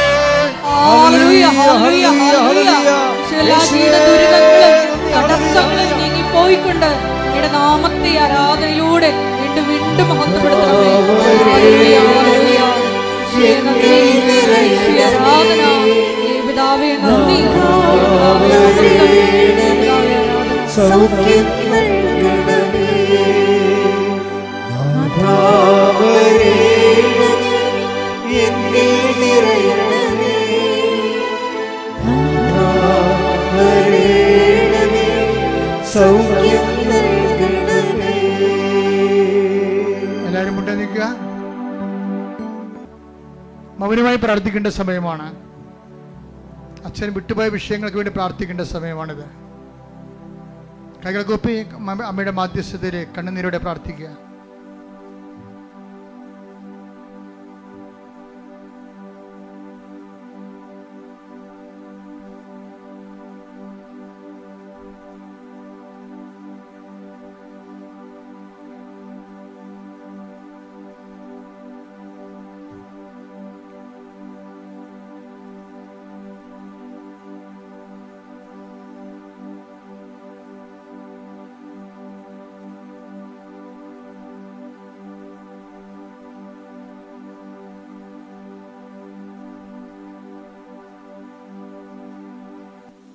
അറിയിപ്പുകൾ. ഒന്നാമത്തെ അറിയിപ്പ് നിങ്ങൾക്ക് രാവിലെ പറഞ്ഞതാണ്, ഇപ്പോഴും വീണ്ടും പറയുകയാണ്. അതായത് മാല പൊട്ടിക്കാൻ വേണ്ടി എപ്പോഴും ഒരു വർഗ്ഗം ഇവിടെ വർക്ക് ചെയ്യുന്നുണ്ട്. ഏത് രാജ്യത്തു നിന്നും എന്നതാണ്, പക്ഷെ അവർ സംഘടിതമായിട്ടാണ് വരണത്. പലരുടെയും മാല പോകുന്നുണ്ട്. അപ്പം നിങ്ങൾ പരമാവധി കൃപാസനത്തിൽ സ്വർണ്ണം ഇട്ടുകൊണ്ട് വരരുത്. വരികയാണെങ്കിൽ നിങ്ങൾ സൂക്ഷിക്കണം. ഞാനിത് ഓൺലൈനിലേക്ക് പറയണത് എന്താ കാര്യം വെച്ച് കഴിഞ്ഞാൽ എപ്പോഴും ഇങ്ങനെ കണ്ണീരൊന്നും കാണാൻ കഴിയില്ല. നിങ്ങൾ ശ്രദ്ധിക്കാഞ്ഞിട്ടാണത്. കാര്യം ഇതിനു വേണ്ടി വരുന്നവർ പുറകിലുള്ള ആൾക്കാരെ മറച്ചുകൊണ്ട് അവർ സാരി കൊണ്ട് തലപ്പ് വരച്ചിട്ടിട്ട് കാഴ്ച മറക്കും. മുമ്പിലുള്ളവർ കാണുകയുമില്ല. അങ്ങനെയാണ് ഇത് പെട്ട തന്ത്രം കാണിക്കണത്. അതുപോലെ ബാഗുള്ളവരും സൂക്ഷിക്കണം. ബാഗ് മുതുകത്ത് നിങ്ങൾ തൂക്കിയിട്ടുണ്ട് പോകും. ആ ബാക്കിൽ നിന്ന് മൊബൈൽ പോയി. ഇപ്പോൾ പ്രാവശ്യം പെട്ടെന്ന് എടുക്കും മൊബൈൽ. നിങ്ങൾ വല്ല നമ്മൾ വരുന്നുണ്ടെങ്കിൽ നിങ്ങൾക്കറിയാമല്ലോ, ഇവിടെ വരുമ്പോൾ അതുപോലെ തന്നെ പിശാചം കയറി വരും. ആൾക്കാർ കൂടുന്ന സ്ഥലത്തൊക്കെ ഇതുപോലുള്ള കള്ളന്മാർ വരും, കള്ളികളും വരും. അപ്പോൾ അത് നിങ്ങൾ ശ്രദ്ധിക്കേണ്ട കാര്യം നിങ്ങൾ ശ്രദ്ധിക്കണം. രണ്ടാമത്തെ അറിയിപ്പ്, അച്ഛൻ വെഞ്ചരിച്ചാണെന്ന് പറഞ്ഞ് പുറത്തുനിന്ന് മെഴുകുതിരി വാങ്ങിക്കുന്നുണ്ട്. പുറത്തുനിന്ന് അത് അച്ഛൻ വെഞ്ചരിച്ചതല്ലത്. അവരങ്ങനെ പറ്റിക്കാൻ വേണ്ടി കച്ചവടക്കാർ ഇവിടെ നിന്നൊക്കെ വന്ന ആൾക്കാരാണ്. അവർ പറയണതാണ് അച്ഛൻ വെഞ്ചരിച്ചതല്ല. കൃപാസനത്തിൻ്റെ ഉടമ്പടി അവരോട് ബന്ധപ്പെട്ട എല്ലാ സംഭവവും ഞാൻ ഏതാണ്ട് 12 പ്രാർത്ഥന ചൊല്ലിയാണ് വെഞ്ചരിക്കുന്നത്. അത് നമ്മളുടെ കൃപാസനത്തിനകത്തേ കിട്ടത്തുള്ളൂ, പുറത്ത് കിട്ടത്തില്ല. അപ്പോൾ അതിപ്പോൾ നമ്മൾ ഓർപ്പുണ്ടാണ്. ആരെങ്കിലും പറ്റിപ്പ് വീഴരുത്. പിന്നെ ഓൺലൈനിലൂടെ ഞാൻ ആവശ്യപ്പെട്ടു എന്നും പറഞ്ഞുകൊണ്ട് പണം ചോദിക്കുന്നുണ്ട്. അച്ഛന് അങ്ങനെ ഒരു ബന്ധവുമില്ല, അങ്ങനെ ആരോടും ചോദിക്കാറുമില്ല. അതുപോലെ തന്നെ അത് എന്തെങ്കിലും പൊതു ആവശ്യം വന്നാൽ ഞാൻ തന്നെ ഈ മേക്കിൽ വിളിച്ചു പറയും. അല്ലാതെ വേറെ ആരെയും പണം സ്വീകരിക്കാൻ, നിങ്ങൾ തന്നെ കൃപാസനത്തിൽ തന്നെ ആരുടെയും പണം കൊടുക്കാൻ നിങ്ങൾക്ക് അനുവാദമില്ല. പണം കൊടുക്കണ ഒരു ലേഡി അവിടെ വെച്ചിട്ടുണ്ട്, അനുവെന്നും പറഞ്ഞ്. അവിടുത്തെ കൊടുത്താൽ അപ്പം തന്നെ രസീത് വാങ്ങിക്കണം നിങ്ങൾ. അത് കർശനമായിട്ട് പറയണം. നമ്മൾ ദൈവത്തിന് കൊടുക്കേണ്ട കാര്യം കൊണ്ട് ആൾക്കാരുടെ പൊട്ടടിക്കരുത്. അത് അവരുടെ കുടുംബത്തിന് കേടാണ്, നിങ്ങൾക്കും കേടാണ്. പ്രത്യേകം ശ്രദ്ധിക്കണം. അപ്പോൾ എന്തെങ്കിലും ഒബ്ജക്ഷൻസ് കൃപാസനം പ്രേക്ഷിതരുടെ ഭാഗത്തുനിന്ന് വരികയാണെങ്കിൽ അത് റിട്ടേണായിട്ട് നിങ്ങൾ എനിക്ക് തരണം, എഴുതി തരണം. കാര്യം കൃപാസനം എന്ന് പറയുന്നത് ലോകം മുഴുവനും മാതാവിൻ്റെ പ്രത്യക്ഷീകരണത്തെ വിശുദ്ധമായത് കാരണം കൊണ്ട് തന്നെ പിശാചിൻ്റെ അകത്തുള്ളവരെ കൊണ്ട് തന്നെ ഇത് നശിപ്പിക്കാൻ വേണ്ടി നോക്കും. അപ്പം അതുകൊണ്ട് പ്രത്യേകം ശ്രദ്ധിച്ച് പറയണതാണ്. വളരെ എല്ലാം നല്ല ചൈതന്യമുള്ള പ്രേക്ഷിതരാണ് അച്ഛൻ വെച്ചിരിക്കുന്നത്. പക്ഷേ എന്തെങ്കിലും കംപ്ലൈൻറ്റുകൾ നിങ്ങൾക്ക് തോന്നിയാൽ, കാരണം പുതിയ ആൾക്കാരെയും പഴയ ആൾക്കാരൊക്കെ ഉണ്ട്, ഒത്തിരി ഉണ്ട്. പക്ഷേ എന്തെങ്കിലും കംപ്ലൈൻറ്റ് തോന്നിയാൽ അപ്പം തന്നെ റിട്ടേൺ പറഞ്ഞിട്ട് കാര്യമില്ല. റിട്ടേണായിട്ട് നിങ്ങളുടെ എഴുതി അച്ഛൻ തരണം. അതിവിടെ എബ്രാഹം എന്ന് പറഞ്ഞ ഒരാളെ വെച്ചിട്ടുണ്ട് ഇവിടെ. അവിടെ കൊണ്ടുവന്ന് കൊടുത്താൽ മതി ഇൻഫർമേഷനിലേ. കാരണം വെച്ചാൽ വളരെ പക്കായായിട്ടാണ് ശുശ്രൂഷ പോകണം. അതുകൊണ്ട് തന്നെ നമ്മളുടെ ഉദ്ദേശം മാതാവിൻ്റെ പ്രത്യക്ഷീകരണമാണ്. അത് ദൈവത്തിൻ്റെ ലക്ഷ്യമാണത്. മാതാവിൻ്റെ പ്രത്യക്ഷീകരണം ലോകം ഏറ്റെടുക്കുക. അതിൻ്റെ അകത്ത് എന്തെങ്കിലും കളങ്ങൾ വന്നു കഴിഞ്ഞാൽ ദൈവം ആ കുടുംബത്തെ പോലും വെച്ചോണ്ടിരിക്കത്തില്ല. എന്താ കാര്യം? ദൈവിക പദ്ധതിയാണ് അട്ടിമറിക്കണത്. ഇതൊരു ധ്യാനകേന്ദ്രമല്ല. മാതാവിൻ്റെ പ്രത്യക്ഷീകരണം സഭയ്ക്ക് കൈമാറുന്ന സ്വർഗീയ കൈമാറ്റ ഇടമാണ്. അതിന് ദൈവത്തിൻ്റെ ഒരു പദ്ധതിയാണ് അവിടെ വർക്ക് ചെയ്യുന്നതുകൊണ്ടാണ് സാക്ഷ്യങ്ങൾ ഇങ്ങനെ തോരാതെ നിൽക്കുന്ന കാര്യം. പക്ഷെ അതേസമയം തന്നെ കൃപാസന വേണ്ടി പ്രാർത്ഥിക്കണം.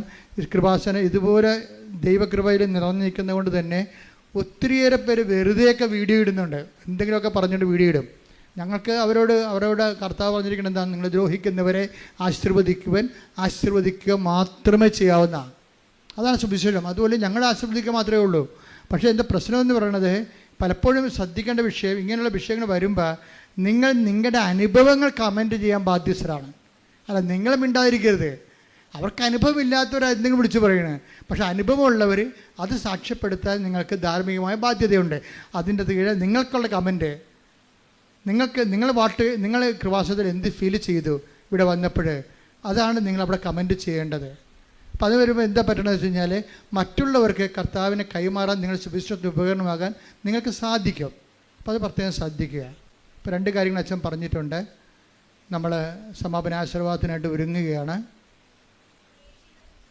പ്രേക്ഷിത ശുശ്രൂഷ അച്ഛൻ്റെ കൂടെ നിന്നുകൊണ്ട് 1 കൊല്ലമോ 2 കൊല്ലമോ ജീവിതകാലം മുഴുവനോ ശുശ്രൂഷ ചെയ്യാൻ ആഗ്രഹിക്കുന്നവരെ 8281297511 ഇത് വാട്സപ്പ് നമ്പറാണ്. ഇതിൽ വിളിച്ചിട്ട് നിങ്ങൾക്ക് ശുശ്രൂഷ ചെയ്യാൻ ആഗ്രഹമുണ്ടെങ്കിൽ പറയുക. സിസ്റ്റേഴ്സും അതുപോലെ തന്നെ ശുശ്രൂഷ ചെയ്യാൻ ഇവിടെ 6 സിസ്റ്റേഴ്സുണ്ട്. അവർ നല്ലവണ്ണം ശുശ്രൂഷ ചെയ്യുന്നുണ്ട്. എങ്കിലും ഇനിയും ആർക്കെങ്കിലും സിസ്റ്റേഴ്സിന് 1 കൊല്ലം പ്രയറായിട്ട് എടുത്തിരിക്കുന്ന സിസ്റ്റേഴ്സില്ലേ, അവർക്കും കൃപാസനത്തിൽ വന്ന് ശുശ്രൂഷ ചെയ്യാനുള്ള അവസരം ഉണ്ടായിരിക്കുന്നതാണ്. അപ്പോൾ ദൈവം നിങ്ങൾ അനുഗ്രഹിക്കട്ടെ. ഞങ്ങൾക്ക് എല്ലാവർക്കും വേണ്ടി പ്രാർത്ഥിക്കണം. Price the Lord. ഒരിക്കൽ കൂടി മരിയൻ്റെ ഉടമ്പടിയിൽ സമർപ്പിച്ചിരിക്കുന്ന എല്ലാ വിഷയങ്ങളും ദൈവമാതാവിൻ്റെ മധ്യസ്ഥതയിൽ ദിവ്യകാരുണ്യ സന്നിധിയിൽ സമർപ്പിച്ച് നമുക്കൊരു നിമിഷം മൗനമായിട്ട് പ്രാർത്ഥിക്കാം. നമ്മളുടെ വിശുദ്ധീകരണമാണ് ദൈവം അഭിലഷിക്കുന്നതെന്ന് തിരുവചനത്തിലൂടെ നീ വ്യക്തമാക്കി തന്നുവല്ലോ.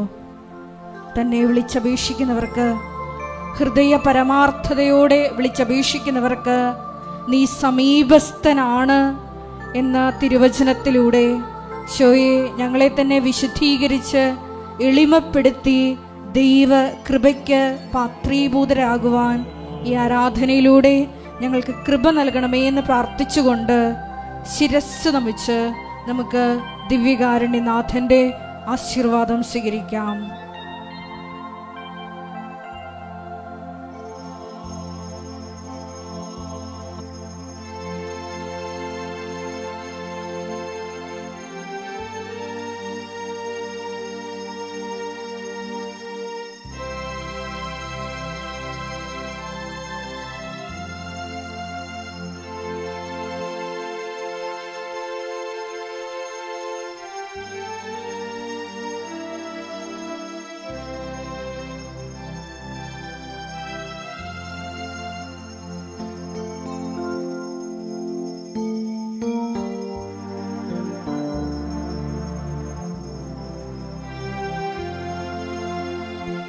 പരിശുദ്ധ പരമമാ ദിവ്യകാരുണ്യമേ, ഇന്നുമെന്നും അങ്ങേയ്ക്കാരാധന. പരിശുദ്ധ പരമമാ ദിവ്യകാരുണ്യമേ, ഇന്നുമെന്നും അങ്ങേയ്ക്കാരാധന. പരിശുദ്ധ പരമമാ ദിവ്യകാരുണ്യമേ, ഇന്നുമെന്നും അങ്ങേയ്ക്കാരാധന.